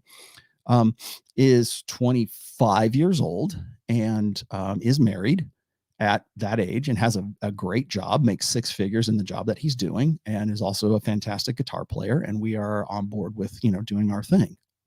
So that kind of throws all of that out the window. Is he going to have an epiphany phase? I don't know. Is at some point, he going to go, wow, is he going to be making up for missing out? A lot of guys do. I'm not saying it's going to happen to him, but That's part of it. When guys talk about what is it, a midlife crisis? It's not a midlife crisis. It's a midlife epiphany. Midlife crises are reserved for men who are right around 36, 37, right around their sexual market value peak years, maybe 40, maybe middle age, who knows? But it's not about wanting to recapture your youth. It's about realizing, oh my God, had I waited, had I maximized my potential, had I not made the decisions I made long ago, when I was 30 and my wife was in her epiphany phase, had I been red pill aware, I would have made different decisions. You want to know why I wrote Preventive Medicine? That's why I wrote that book. It's not a midlife crisis. It's a midlife recognition, acknowledgement of the fact that you are now part of a game that you didn't realize you were a part of. Well, I'm going to go buy a Maserati, right? It's not because you're trying to look younger than you are, or you're going to go bang your trophy wife or something like that. It's because you're realizing your own value to women. I don't believe this like per se, because this is like, in some ways, I guess maybe I do, but like when guys will say, and this is a Seinfeld joke, right? You wear a wedding ring and suddenly you become more attractive to women. No, you don't. No, you don't. Maybe to like women who are like at a certain age where they're looking for that guy and they want to mate poach. Very few women will mate poach. In the 21st century, there's no need to. They've got a world of options at their fingertips on their smartphone. They're not gonna. They don't care whether you got a ring on your finger or not. Those make you more or less attractive when they can go have anybody they want at a moment's notice on Tinder. Oh, like it's as if you are. I think that's like a fantasy most guys sort of entertain. Is like, well, I'm married, and the ring, man. Even Chris Rock had a bit about that. Like once he got married, he had like girls calling him out of the blue saying, "We got a dick sucking contest, and we want you to be the judge." That makes for a good joke, but in reality, that's probably not the case. Warrior Race, would you say not to ever hook up? Okay, got to you. Vinny, got to you. Base Phoenix, will monogamy disappeared? Got to you. Ostrike, found it suspicious that a guy with, okay, got to that. Okie drummer guy, 89 says, great analysis. Mark Bell is in Sacramento, California. Okay. I need a bass player. Anybody know a bass player in Northern Nevada? Let me know. And you can do prog rock. Or prog metal. I'm all about it right now. I'm looking for a decent bass player who's a professional musician. Let's see. Rudy says she despises her own child. It's the genetic material of a weak beta. That also plays into it. The presumption that I bred with the wrong guy. By the way, Rudy, I've mentioned this on several podcasts and in several essays. That is the existential fear of women, to be saddled with the sprog of a beta male, to have made decisions like, as she said in the very first interview that, she was younger. She went off of birth control because she was, her meds, whatever it is, any rationale, any reason. Well, it wasn't my fault. I would have been more responsible. Like this is 2021. No one cares, Mikhaila, how you got pregnant. Whether you could have said this. Mikhaila Peterson could have said, I was on this birth control and, it's only 98% effective. So there's that 2%. And oops, I got pregnant. She could have bullshitted out of, talked out of her ass about that. And you know what? There would have been an army of women who would have gone, the same thing happened to me. 2%. Imagine that. There would have been, it doesn't matter. But it does to because she thinks that she has to be the responsible one because it's on brand for her, first of all. But yes, the existential fear of women is to have her hypergamous decision-making, her sexual selectivity removed from her in even the most minute way. That's why women hate game, because it gives men an advantage of some sort that a guy, like a beta guy, might do an end run around her intuition and might get in there, and she might end up having a baby with that guy and then having to divorce that guy, because now that puts her into the position where Mikhaila is right now. She's in a position where all single mothers are in a position where they are less able to compete with women who don't have kids. Men prefer women who are fertile, 25 3-ish years old, in good shape, good hips to waist ratio, good boobs. I don't know if you're a boob man, whatever, but there's a certain, archetype. There are definitely, cross-cultural beauty standards. That girl is much more desirable than a woman who has 3 kids. It doesn't mean you're a bad person to be a single mother. It doesn't mean, again, stop conflating your sexual market value with your personal worth, ladies. But facts is facts. Guys would rather be like, you know what? You're banging a woman who's a single, like I did myself. Having a sex with a woman who's a single mother it's much better to get with a swimsuit model who doesn't have a kid, primarily because she don't have to call a babysitter. She doesn't have to do there's no logistics involved. So you want to get together? Yes, I do. Let's go. Here's a hot tub. Here's the Zima. White Claw is Zima for the 21st century. I'm saying that now. As a professional in the wine and spirits industry, White Claw is the new Zima. This generation's Zima. You guys don't even know what Zima is. Now you're going to go look it up. Rudy, she despises her own kid. Yeah.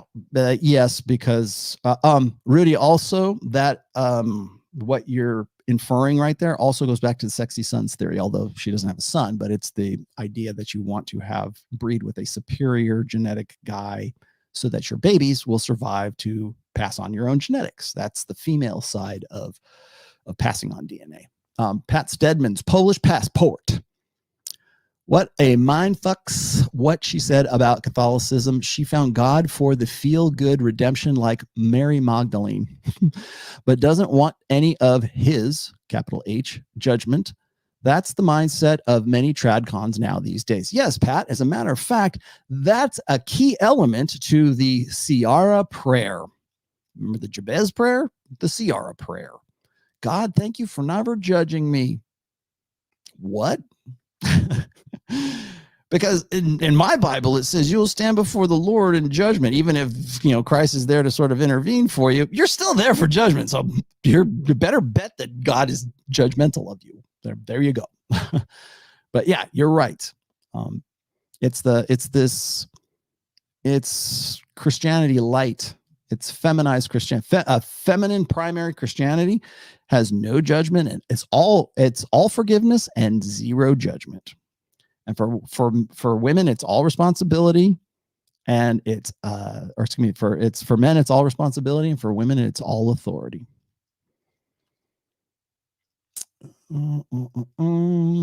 Throwaway 8080 says, for the Ned Fund. Okay, I will use that. That is 500 Polish rupees. Oh, I don't know what that is. Also, I think you should have won the bet with MLT. I do too. I was just wrong about the timing. A win is a win. Kamala Harris was the first female president. Thank you. You heard it here first. John, you heard it here first. W is a W. It doesn't have to be pretty. Why am I saying this? Because Joe Biden went in for a colonoscopy. They had to put him under. And while he's under, he has to transfer power to Kamala Harris. She is officially the first female and the first black female president of the United States for 45 minutes. I don't know how long, but I win. I win. I just missed the timing. I'll take it. If that would have happened prior to August, I would have took that as a win. But you know what I'm talking about. Being facetious, there you go. And I'll tell you what's funny is that happened on International Men's Day, November 19th. Because Joe Biden needed to have his rectum examined. The first female president came about. Congratulations, ladies. You won. Can we move on now? Mark Martin, Rollo, the truth of the matter is that single mothers like Mikhaila are meant to be side pieces. Okay, I got to you. And I'm out of my coffee right now because I got a small cup.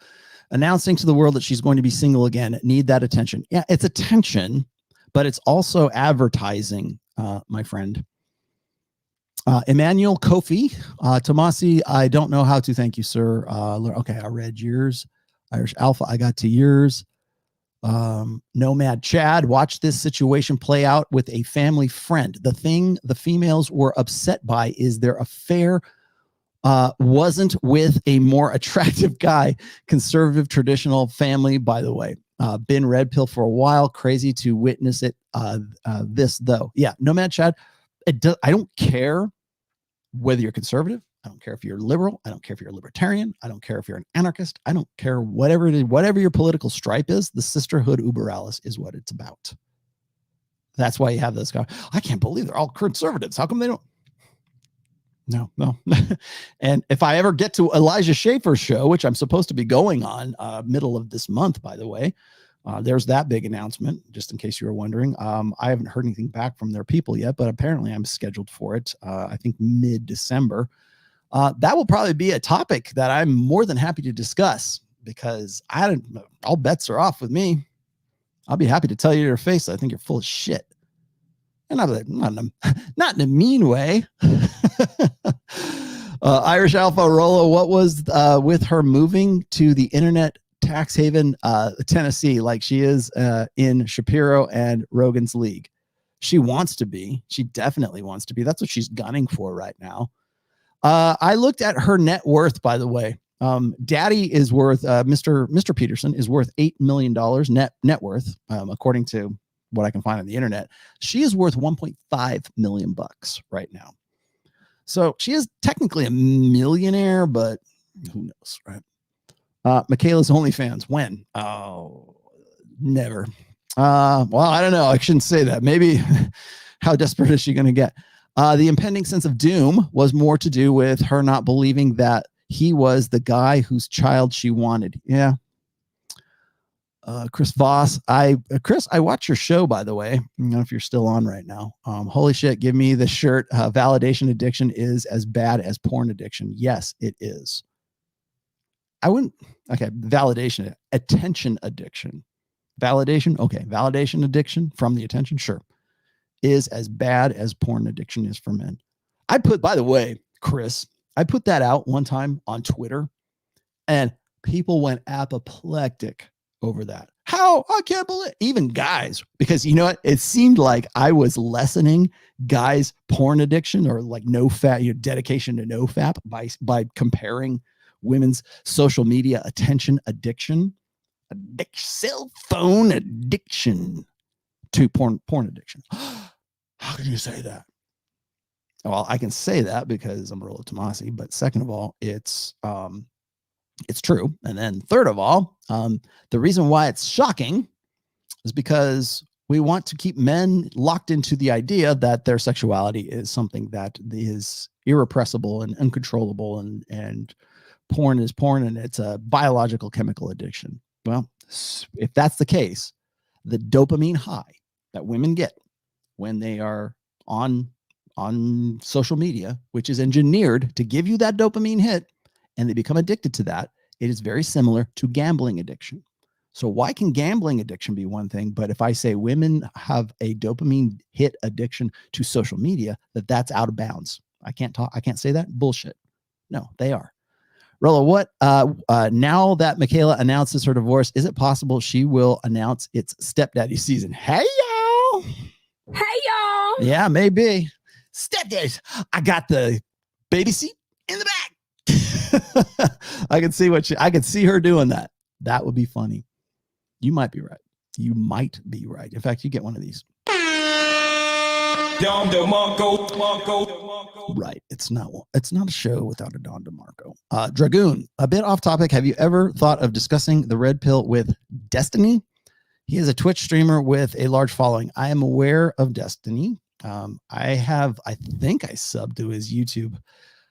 He didn't strike me as the most red pill guy in the world. I know he's got some chick. I know he's probably maybe toying with the idea, but I think he's been really kind of shits on the red pill, because maybe not intentionally or maliciously, but simply because he just doesn't understand it. I don't know. I would, if he wants to call Destiny, if you're watching, call me. Michael Kerr, existential fear for women. I think it only applies to male offspring of the beta. If the female offspring is beautiful, what does she care? Her social status and opportunity is raised regardless. Maybe. I think it's still, I I still think it's a DNA thing. I still think it's a biological. You remember, evolutionary psychology is incomplete without evolutionary biology to dovetail in with that as well. Jason Records, any advice on dealing with white knights at work? Yeah, don't. Every occasional disagreement I have with a female at work ends in a loss because male boss always sides with her over logic. Okay, Jason. So you know this is the situation. And since we're not quite there yet, but I will entertain your off-topic super chat right now. First off, when you're dealing with white knights, remember they will repeat that behavior. In fact, once you see that behavior, once you see white knighting going on, you know what you're dealing with. What does they say? Was it Art of War? Know yourself and know your enemy, and you will never fail in a million battles, or something like that. You know enough about the guy. So what can you do? What can you use about that guy's personality that you can leverage for your own benefit? First off, don't go picking up girls at work. First of all, that's stupid. Stupid. I need that. Somebody give me that sound drop, the stupid sound drop. Don't. How much do you care? There was a time when I was listening to Tom Likas, and Tom Likas would say this, like guys would call in. This is how old this stupid question is. How should I? I don't want to dip my pen in the company ink. That's been around for forever. And they've always said, don't shit where you eat. Got it. That's the come back to that. Right. That meant something a whole lot different in 1998 than it does in 2021. Because it used to be that advice was this. Well, how much do you care about that job? Because if the shit hits the fan, you'll lose your job. And that was the worst anybody was thinking about. Oh, I'm going to lose my job. Oh, man. Oh, I've got sexual harassment. I guess I got to go find a new job. If that was the extent of it, even then they were saying, hey, don't dip your pen in the company ink. Now you're screwed, man. If you in any way have any kind of assault accusation or suspicion of it, you are effectively canceled and unemployable. So it's a whole lot different now. That's why I advise it's just a bad idea. It's also a misunderstanding of what's called sexual zoning, which is something that features heavily in book 5, which is I'm almost finished with right now. It's really, by the way, as far as book 5 is concerned, it's really about how I'm going to launch it right now. It's more or less done. I just don't know how I want to deliver it at this stage. I will probably just end up putting it on Amazon and just calling it a day. But I want to give people advanced access to it. By the way, if you are not a Patreon subscriber, or if you are not a Rational Mail subscriber, meaning MAIL, which is my newsletter, I give out free chapters on that newsletter, or bits of chapters on that newsletter. I will also probably give you guys advanced access if you are either a Patreon member or you are on the Rational Mail mailing list. So get on those today. How do I do that, Rollo? Oh, you go to therationalmail.com, which is my blog, which I still need to update. Sorry. But there is an opt-in for the Rational Mail, and then you will get the my semi-regular. I try to do it once a week. Email newsletter kind of thing, and you'll get a free chapter, or you'll get part of a free chapter from the new book. So that's how you get it. Or you are a Patreon subscriber, and you by the way, we had a great session. We had a great Zoom conference call this week with my boys. I got 10 guys now on the conference call, and it's growing. We've gone from we started at 2 or 4. Now we're at 10. I'm deciding whether or not I want to limit it to a certain amount of guys at this stage. But if you want to get in on private counseling, it's a group session thing that I do once a month, and that is you have to be a Patreon subscriber, and it's at the $200 tier. All I ask is $200 a month. You get a 2-hour conference call with the rest of us. If you have a problem with it, you can opt out anytime you want, right? I hope you won't, but you can opt out anytime you want. And it's probably the most economical, affordable way for all of us, because doing one-on-ones, I still do. If you want a one-on-one counseling, email me at rtrationalmail@gmail.com. You'll find all the connections in the description down below.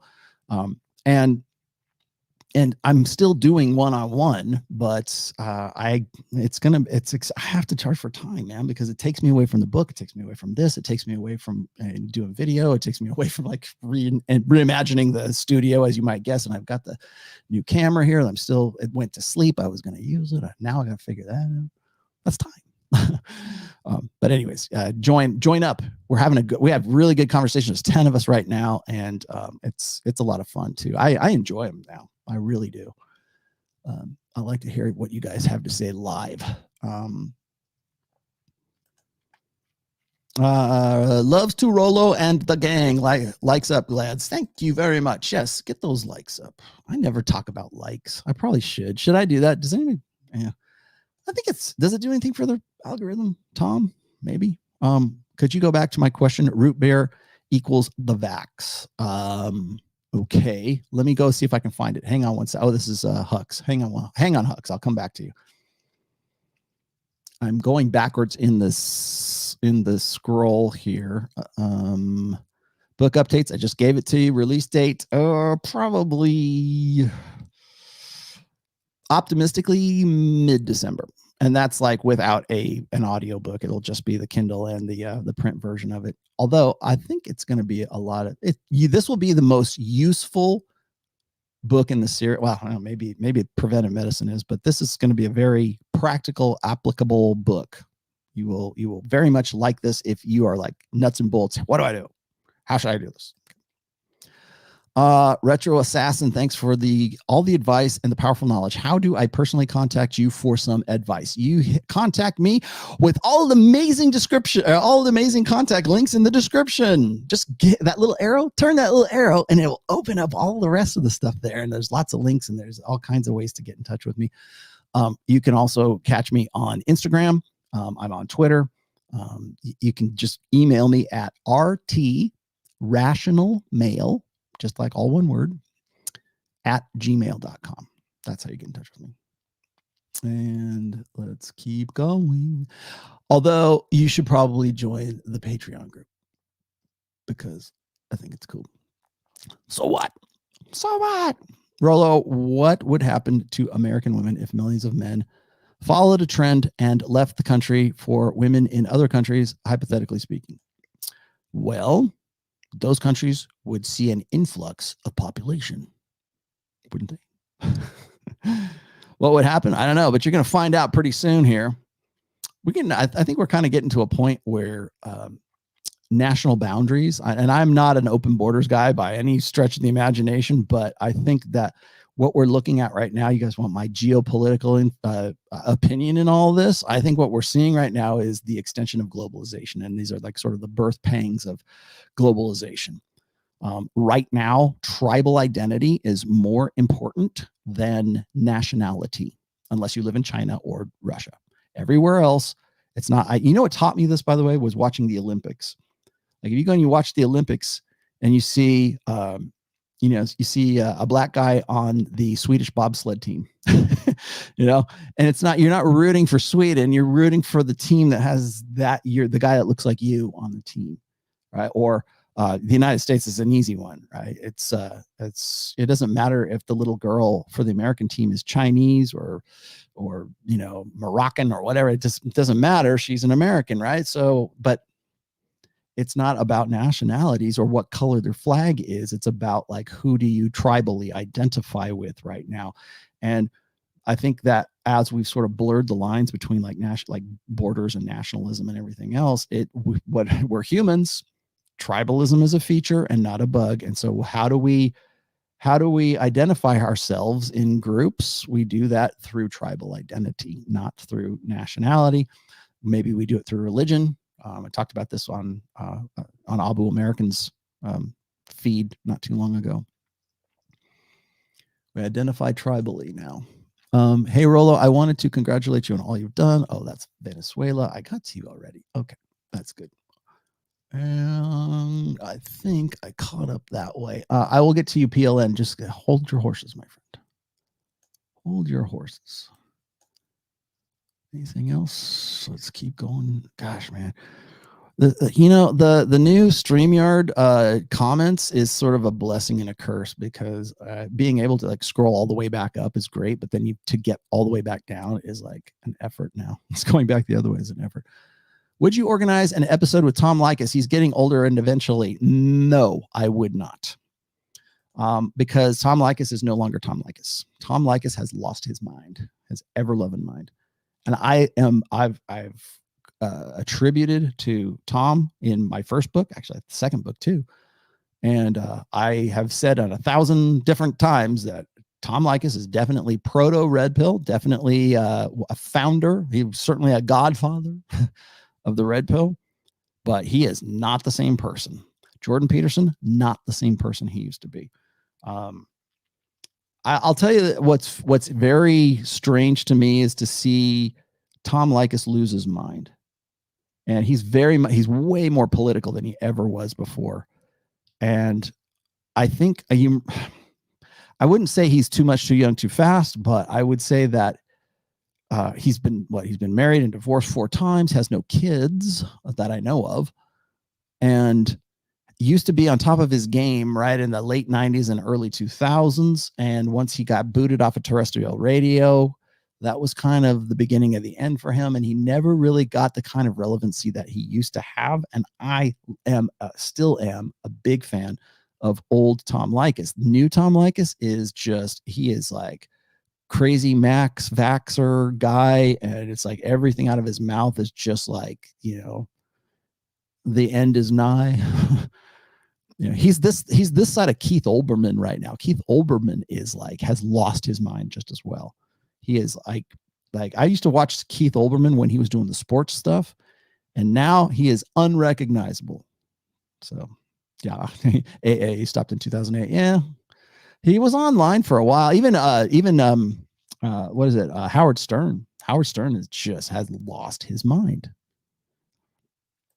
So would I do one with Tom Likas? Yeah, but it wouldn't be with Tom Likas. It would be with whoever's inhabiting his body right now.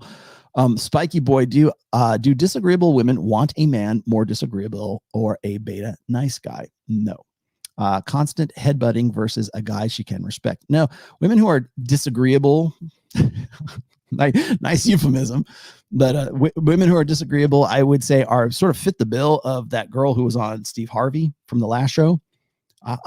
Remember how she introduced herself? She's like, I'm an alpha female. I'm an alpha female. I got my business down and everything, but I'm not the boss girl kind, or was it? I'm not the domineering kind of alpha female. I was like, no, you're exactly that. That is exactly what you are. I'm not the ball busting, alpha female kind. I can be feminine when I want to. And by the end of that clip, by the end of that 4-minute clip, you're like,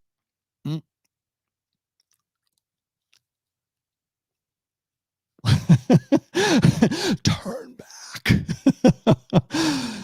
No. And that's the problem. Is the problem that she ran into she became the man that she wanted to date. She doesn't want a husband. She doesn't want a guy. She's not looking for her kang. That's not what she's looking for. She wants to date herself. When they say, you know what, girl, you're enough. Yep, she is. She's a perfect example of you're enough. I just found out one day that I am enough, but I really want a guy to bang me. I really want a guy who's I really want a man. I really need to give my mom grandchildren. Get the fuck out of here. I'm not the ball busting kind. By virtue of you calling yourself alpha female, you're the ball busting kind. Pence principle: feminist parasites come to mind. Mikhaila, R.E. Mikhaila's net worth. Yeah, the Pence principle, meaning I think you mean Mike Pence. Like don't go on dates with people who ain't your wife. Dan, thank you, Dan, for that super sticker that I can't post. But I like stickers. I like to watch my shows and then look at the stickers and say, what did I just post? Rollo, now that Mikhaila announces her divorce, okay, so that's that. Let me go back to PLN. PLN said, oh, the root beer thing. Can you guys just call it what it is, for crying out loud? It's the beer bug. It's this. It's the vid. It's COVID. All right, let's just say it. Just say it. Stop it. You will all have a root beer float. Compliance is mandatory. Okay. Well, thank you for that. Please tell Rollo that I meant the Vaxx. Okay, so that's your root beer float one, and this was from Hux. Hold on, let me go back to Hux. Okay, you said this. Great show, Rollo. I want to ask about your opinion. Due to some circumstances, I'm being forced to take what Aaron calls the root beer float. Oh, so it's Aaron's fault. Now it all makes sense. What is it all about? Do you think there might be health issues? Yes, I do. Will I take? I am a pureblood. Is that what we're calling it? That's what Aubrey Huff calls it. I need to get Aubrey back on the show, by the way. I miss my good friend Aubrey. I am a pureblood. I have not been vaxxed. I have no plan on being vaxxed. If they say you can't get on a plane, I'm just fine. I'm good. I'll drive. You want me to come to Dallas? I'll take the time. Let's go. You want me to drive to Florida? I'll drive to Florida if I have to, but I am not taking that shit. You are not putting that shit in my bloodstream. And it's not about COVID. It's about the vaccine itself. It always has been and always will be. And I think the question that we're not asking, if you really, okay, we're at the end of the show now. Let's use the exit language. And so at the end of the show, when I know the YouTube filters won't be catching this usually. Wait, let me do the devil horns again. there's your gif. As far as the Vaxx and all this other stuff, I've mentioned this a few times on Rule Zero, but I don't think I really get to say too much about it. But yeah, I mean, it is what it is. It's like people, I think that the questions that should be asked are not being asked, and they're not being asked by design. We're too focused on, oh my God, did you hear this just happened? Oh my God, this little kid. Oh my God, the death rates. Oh my, the stats are there. You can see the statistics. You can see you can see that there is a higher death toll amongst people who are vaccinated than the people who are unvaccinated. They're freely available. Go look them up. I don't care whether and I'm not anti-vax when it comes to the polio vaccine. I'm not anti-vax when it comes to, my tetanus shot. You want me to get diphtheria? Sure. I'll be happy to put it in me. Let's go. But I am not putting that shit. I'm not putting go watch. I'll tell you, you want to know why I'm anti-COVID vax? Go watch, and if it's still even available, I don't know if it's still on Netflix, but go watch the show called Unnatural Selection. I was surprised when I watched this because I watched this in 2020 and I was surprised it was still on there. Unnatural Selection is a really kind of basic understanding or basic outline, let's just say, of genetic manipulation. It's CRISPR, CRISPR, which is essentially like genetic engineering. And we have plotted the human genome, and we know how to, like when we talk about mRNA vaxes and all that other stuff. When they said mRNA, I'm like, nope, not taking that, because I watched Unnatural Selection, and I know what a CRISPR gene drive is, and that is exactly what that is. And if it's not, if you're not putting something screwy in my bloodstream, you will at some future date, and the door will be open courtesy of the mRNA that's already in my bloodstream. How can we change the genetics? How can we sterilize this guy? And that's pretty much what that movie boiled down to. Unnatural Selection was, did you know, I had no idea about this, that you can go and get a home kit so you can experiment with your own genetic manipulations if you want to. And there was like back in, I think it was in the mid 20-teens, there's guys who are very controversial, like doing their testing on themselves, which is insane. And there's guys who was breeding, I think he was breeding Rottweilers, he was breeding dogs using genetic manipulation. And then there was a guy who that was like the homebrew kind of genetic manipulation, which to me seems like absolutely insane. Then there was the story about the kid who was almost blind because of a genetic disorder, and they gave him like a cure of some sort, like a genetic therapy, and he regained, I don't know if he got all of his eyesight back by the end of the film, but he got some of it back. So it was working by the time they ended that documentary. And then there's the other guy who was kind of like the more formal, like he's the guy that who dictates policy, and I can't remember what his name was, but he had gone to Martha's Vineyard, and they're talking about like genetic manipulation of like the mice that were there because they carried disease or something, and they wanted to use genetic manipulation to solve the mice problem in Martha's Vineyard. And then he was same guy went to New Zealand and wanted to do the same thing with rats, because rats in New Zealand are not indigenous to New Zealand. They came over on like the colonist ships back then, and there's a lot of rats in spread disease, of course, in New Zealand, and they wanted to use genetic manipulation on them. And they also, and you probably have read this story, it was a very famous one, where they were talking about mosquitoes in like dengue fever and malaria in certain African countries. They were trying to, get a ruling of some sort so that they could genetically manipulate, I think it was the female or the males, or maybe it's the male mosquitoes, so that they couldn't breed anymore, and then therefore knock down the malaria instance, I guess, or dengue fever or whatever it was.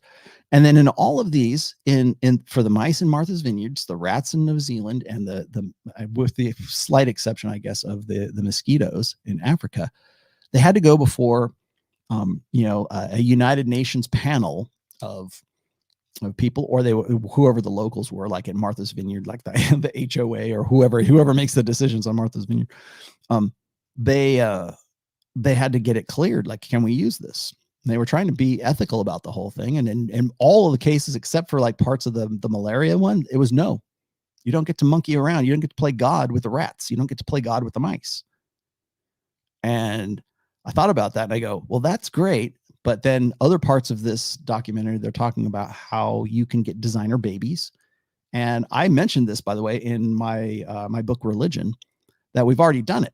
There's a guy who's a geneticist in China who's already done custom-made, tailor-made babies, genetically edited babies, which was supposed to be, unethical, bioethics and stuff like that. China don't care about that.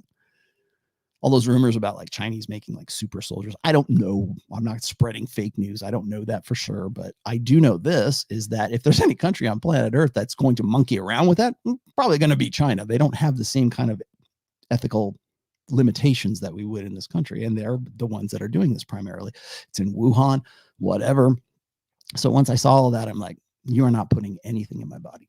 I will get if I get COVID, a genetically engineered virus, and I need a vaccine that's a genetically engineered mRNA vaccine for this, and I have to keep getting booster and booster and booster and booster. And like, it's not about, like, people keep saying, oh, it's about control. No, it's about putting this shit in every man, woman, and child on planet Earth. It's about putting it in your bloodstream. And damn the optics. They got, like, you probably have seen like the COVID concentration camps in Australia. Austria is basically turned into a police state as a result of this. I think the only reason we're not so bad here in the United States is because everybody's got a gun. And you go and you look at just the draconian measures that people, especially, and like you go to talk to that bucktooth bitch in New Zealand, and she'll say that, what you're creating is a two-tiered society. She's like, yeah, we are. What are you gonna do about it? I hope the Maori men go out there and beat the shit out of there. I hope that happens. I hope there's some sort of revolution. Like, how bad does it have to get before you go, you know what? There's something screwy going on here. And, you see the protests in Italy, and you see them around the world. And I think Holland right now, they're like killing people in Holland as a result of the protests and everything. How bad does it have to get before you go, you know what? This is bullshit. But the question that they're not asking is why? Why is it that Austria will run the risk of the optics of looking like 1938 Germany because of this? Why is it that Australia will have what are, for lack of a better term, our COVID concentration camps? That looks pretty bad. You do realize that this has been done before. You do realize that this is bad optics. That looks like a concentration camp. What the fuck's wrong with you? Oh, looks good to me. What? And the leaders are like, they know they have to. Either they're ignorant of the whole thing, which I don't think they are, but either they're so stupid that they don't see that the optics are really bad. This looks like 1938 Germany. They realize it and they don't care. They don't care because it is more. They will run the risk of violent revolution. They will run the risk of having half mass demonstrations in their country to protest all this stuff. And they're still okay with it. They're like, no, we got to do what we got to do. You guys got to stay locked down. Even if you're vaxxed now in Australia, Austria, even if you are vaxxed, oh, that's two-tier society. Yeah, it is. Stay in your house or we'll kill you or we'll beat the hell out of you. Or if you don't have your pass, whatever. I saw some video of them like looking for like the the cell phone QR code or whatever. You can't go to, it's going to kill business, of course, but who cares, right? Just get it from Amazon or Alibaba. Have them delivered to your door. That's what we do anyways, right? We're supposed to stay indoors. So that's my take on it is this. I don't think we're asking the right questions because we're too distracted with all the crap that's going on. We're too distracted by Kyle Rittenhouse. Nobody wants to look at what's going on with, what's the Epstein girlfriend? Just Giselle, is that what her name was? I can't remember. It's not Giselle. That's Tom Brady's chick. Whatever her name is.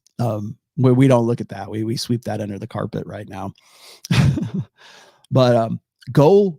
By the way, don't take my word for it. It is amateur hour right now. Go look up Unnatural Selection on Netflix, and it's not like tinfoil hat shit. Okay, I mean this is like it's on Netflix. If it's still there, I don't know if it is or not.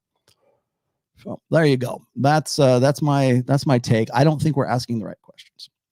And the question is, why is it that damn near every government on planet Earth right now is doing this and running the risk of having violent revolution, essentially tear them out, like pulling a Mussolini on them, dragging them through the streets and killing them and their children and everything. Why?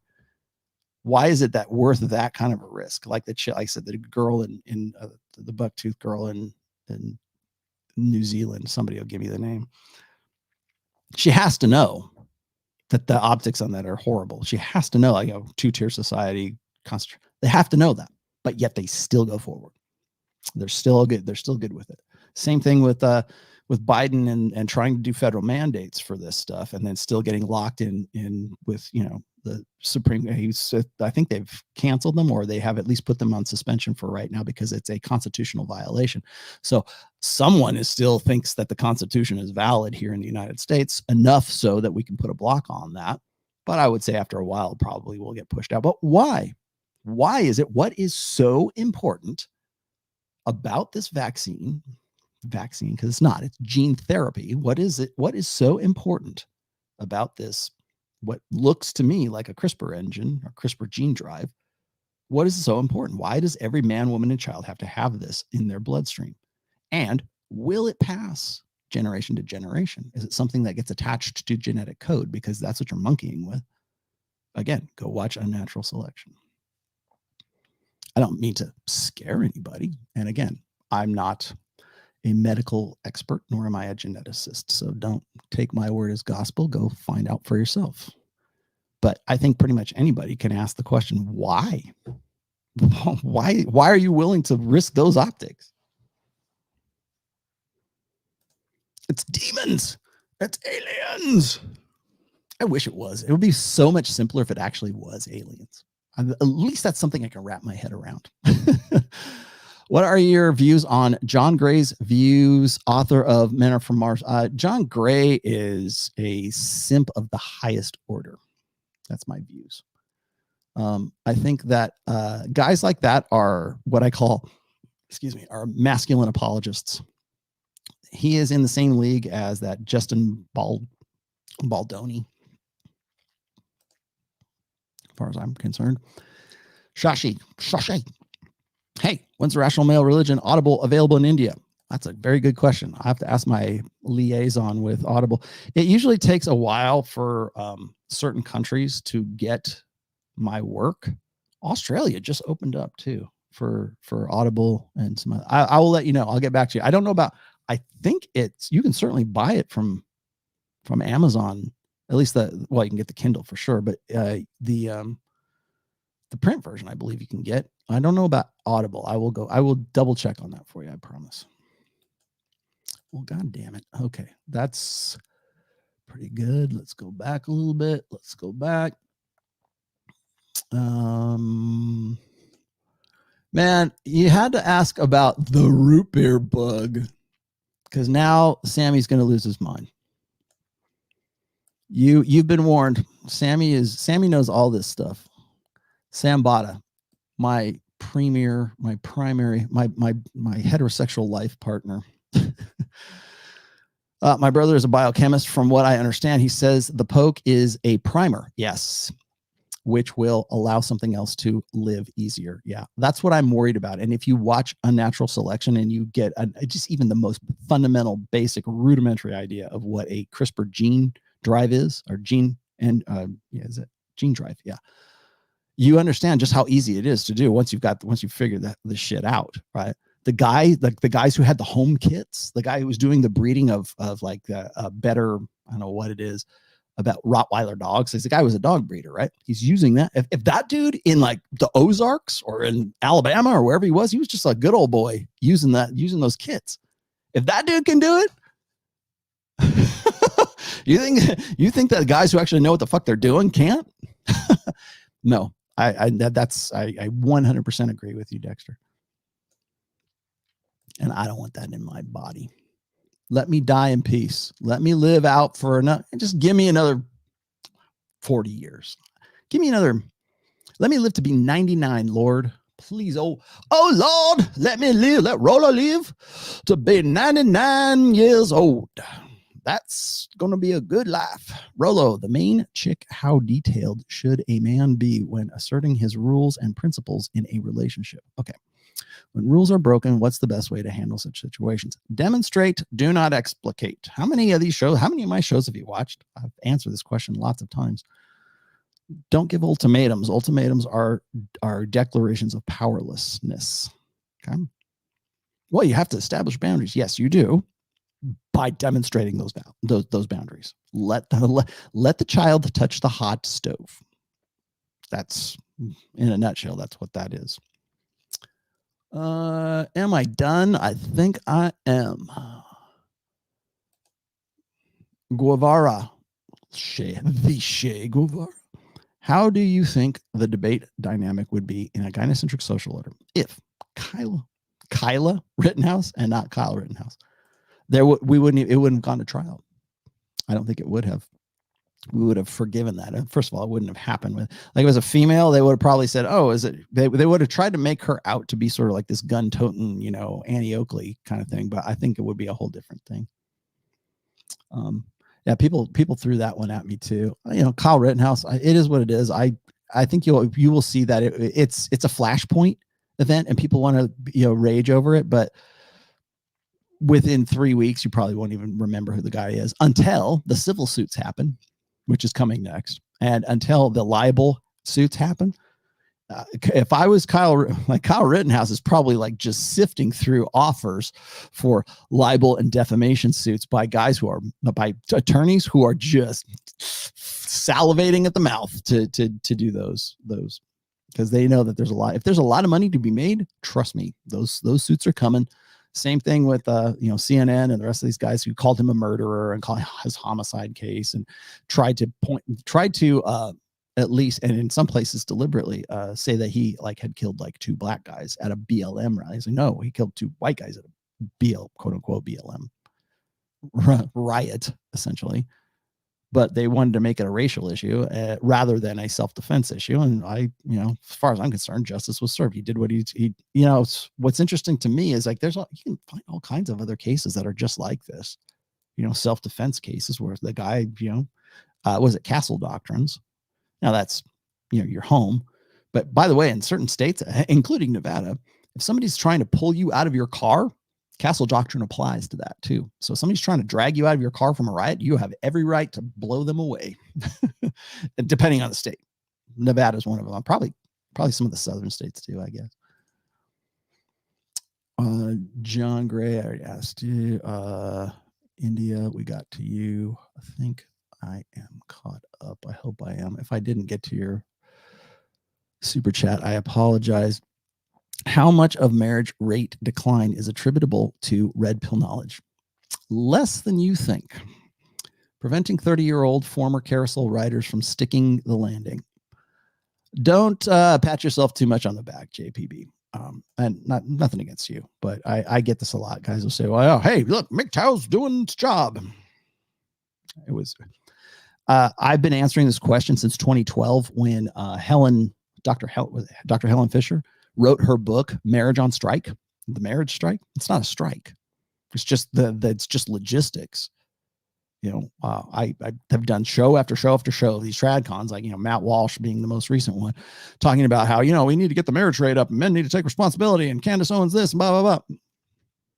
It's not because guys suddenly went black pill and MGTOW. It's because women don't have anything to do with those guys, and they don't have to. Morgan Stanley did the whole thing on the rise of the she economy, which I've been talking about forever. Not because MGTOW is such a big deal, because it's not, or MRAs, not such a big deal.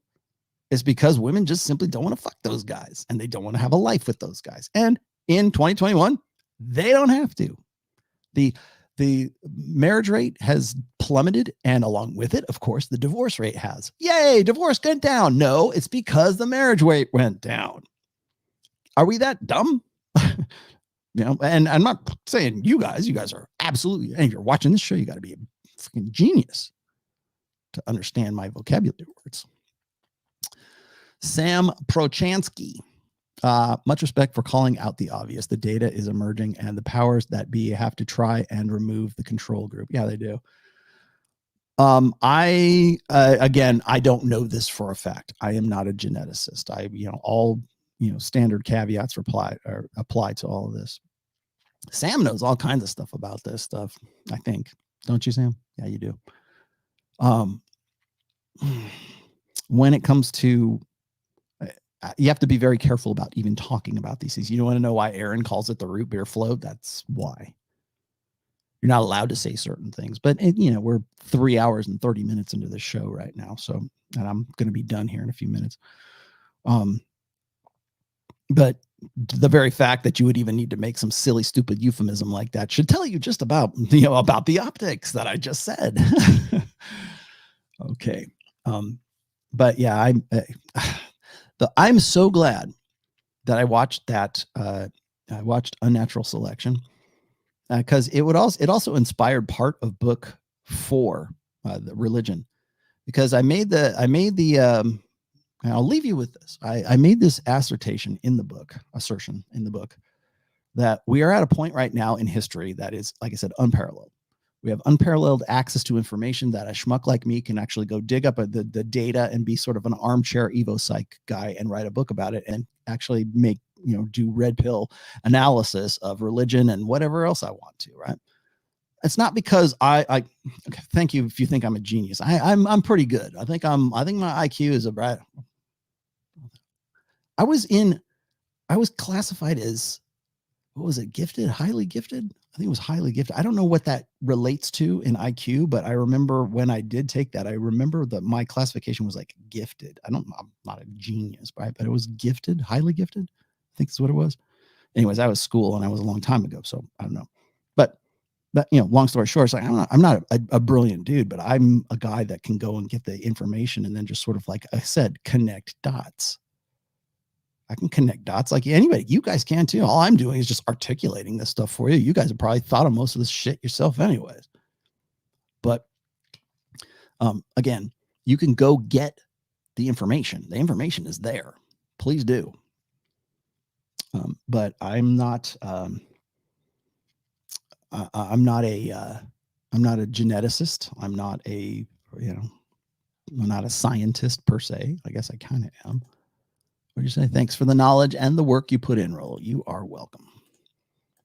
But you can do this stuff too. And so finishing my thought, the section, if you have read the Rational Male Religion, you probably know what I'm going to say. I made the connection between our ability right now as human beings to modify the human genome. We plotted it. We plotted the human genome computer wise back in the early 2000s. And ever since then, since we had the internet and we had the rise of social media and like unprecedented access to information, you can do anything you want. You can learn about the red pill on YouTube right now. Look at the big brain on Rollo.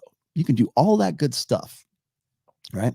But now what we're facing, I think, as far as like vaccine, well, let's say vaccine, but certainly gene therapy, genetic manipulation, it's here. We can do it. Can we do it perfectly? I don't know. But we can do it perfectly enough that we can put in the precursor, that is an mRNA line of code into really what it boils down to, a line of code into your DNA, so that in the future I can add something else in there. That unlocks that little bit of your DNA, and then it will replicate, and therefore you can do whatever. You know, maybe you turn into, I'm not gonna say it, Alex Jones, animal human hybrids, an island of Dr. Moreau. I'm not suggesting that. I'm saying actually probably something even more fiendish, which is like you only get to live till it's like Logan's Run. You die at 30 because the code says you die at 30. Or these people get to reproduce and those people don't. All because the people that came before you said, yes, please put it in my veins. And every generation afterwards, as a result of that, suffers from your sins or your lack of foresight. Not everybody knows this stuff, right? Again, I'm not no tinfoil hat, but the idea is this, is that the ideologies and what we believe right now will affect human evolution in the future. I made the case that like we just saw this. Somebody, was it Rob Henderson, put out like some genetic studies or research or something like that about like homosexuals, right? Like it's like if you have, like, at least for homosexual men, I don't know about females, but homosexual men had extra or a diminished amount of like uterine testosterone levels, right? There was sort of a genetic component as to what would be a precursor for that human male to be either heterosexual or homosexual in life as a result of testosterone levels when they're incubating, right? in mama. And it looked like the science checked out. I don't know. But I've always said that, you know, until the science is 100% definite, I'm going to say that homosexuality amongst men is probably just an adaptive behavioral response for guys who want to get off. You know, go ask Milo Yiannopoulos; he'll be the first to tell you. But that's irrelevant to the argument here. What if, let's just say, everything worked out and we said, okay, here's the gay gene. We found it. It is. You are actually born that way. Or maybe mama has not enough, uterine, you don't get enough testosterone when you're in the amniotic sac or something like that. But we've got this gene therapy that can change that. We can correct that. So you'll be a normal, healthy, happy, heterosexual male when you come out. So is it a flaw? We can cure, if you watch Unnatural Selection, we can cure, genetically re-engineer and cure Down syndrome, because that's 100% part. We can certainly re-engineer human beings so that there are no more Down syndrome kids ever again. Planet Earth solved it. Never going to have to worry about it. Should we? You don't get that cute kid on the Wonder Years or whatever show that was. You don't get that. You don't get the Down syndrome kid. We wouldn't have Ricky Berwick if we could have changed his, genetic makeup. And I love you, Ricky. Please don't throw things at me. I think he's one of the greatest guys in the world. But you would deny the world of Ricky Berwick's brilliant humor. If you don't know who Ricky Berwick is, like, be prepared, but go look him up on Twitter. You wouldn't have him. Homosexuals. Oh, well, that's a genetic flaw, because we can change the gay gene now and make you 100% normal cis heterosexual. We can change your genetic makeup, which it's starting to look more and more like, personality is genetic, or certainly aspects of it are genetic. We can make sure that you're not a purple-haired Lena Dunham, militant feminist by changing a few lines of your genetic code. So you just have a predisposition to go one way rather than the other. Should we do that?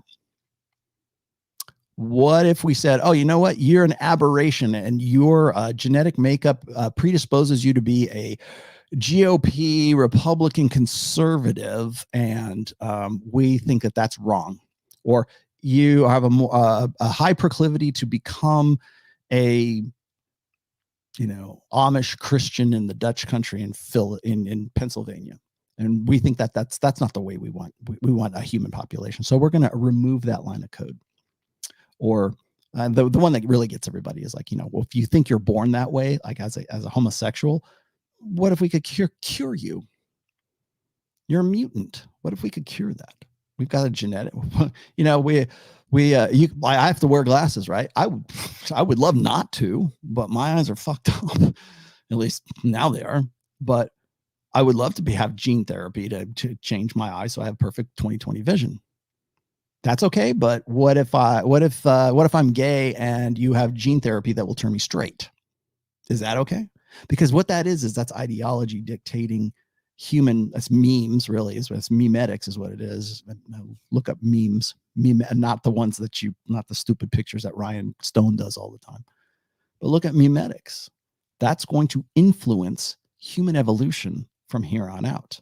So what we say goes. Whatever country controls gene therapy, gene editing, and all that good stuff, whatever country controls that, controls the world.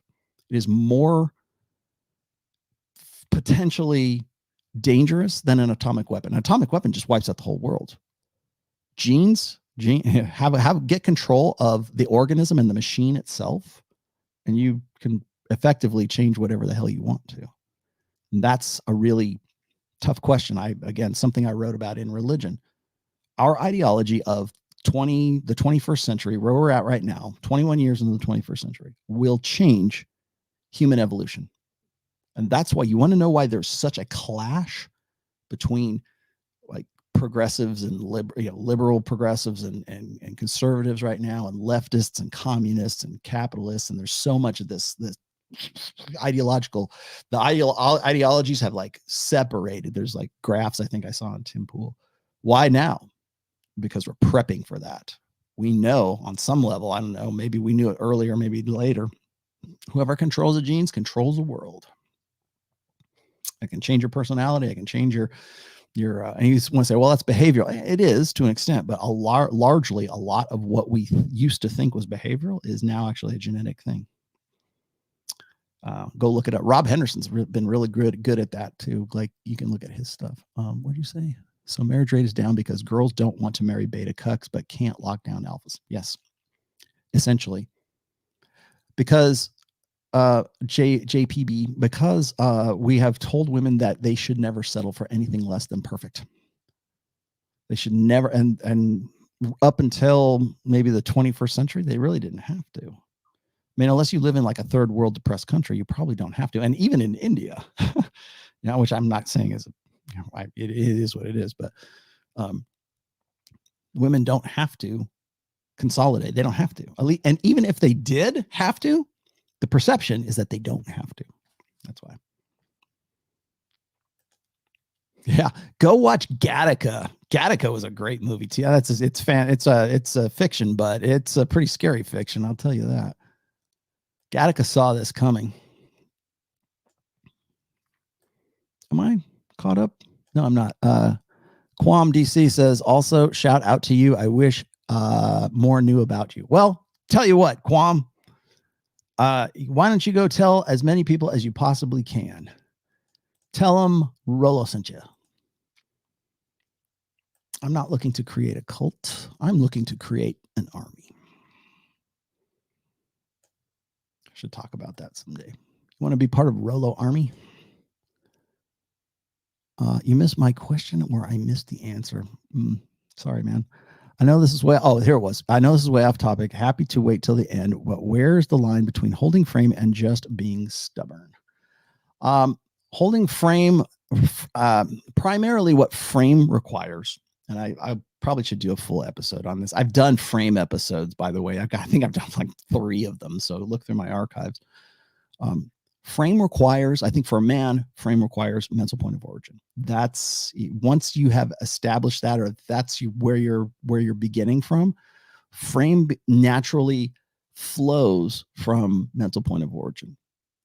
Frame is the world that a woman enters into. She has to want to enter into that frame. Okay.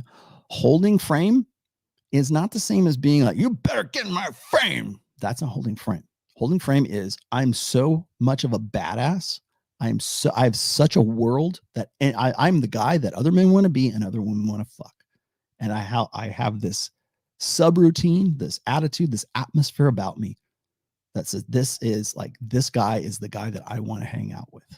And but by the way, frame doesn't have to be for chicks. It's for like, you can use it at work. You can use it in your family. You can use it at church. You can use it with women, of course. Frame is much more applicable than just game applications. And then last but not least, Dexter, once again, the problem is once the new genes hit a certain tipping point, everyone will have it. Yeah.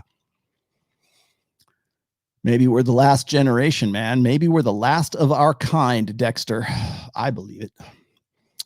Thanks for the knowledge. Maury said that. Where's Maury? Maury. I used to play with a drummer named Maury. Maury says, thank you for the knowledge and the work you put in, Rollo. You are welcome. And thank you guys for watching today. I will be back again on Wednesday. I will probably have a pre-record. I don't know that I'm going to do a full live thing. I did a full live thing on this Wednesday, because I was gone for Pat Campbell's memorial service, which, by the way, was, I am so glad I went. It was a trip. I had to fly from Reno to Tulsa. I had to go through Vegas to do it. It took me a time to get there and back, but it was time and money well spent. I'm glad I went to do that. It was sort of like closing a chapter, not only on my life, but on, like, I think part of the manosphere as well. If you ever have questions about what was going on with Pat, I'm more than happy to answer. I have already done his memorial show. In case you are wondering, I should bring it in here. I have it outside it's in the hallway right now. In case you're wondering what that little antler knife thing was on my Instagram, you can go look on my Instagram. You'll see I have a picture of it. That was a Pawnee skinning knife. It was made from an antler of a deer, and then it has like a slate, like an arrowhead kind of thing as the tip to it. It's wrapped in sinew, and it's a tool, of course, for skinning deer, but it's also part of the.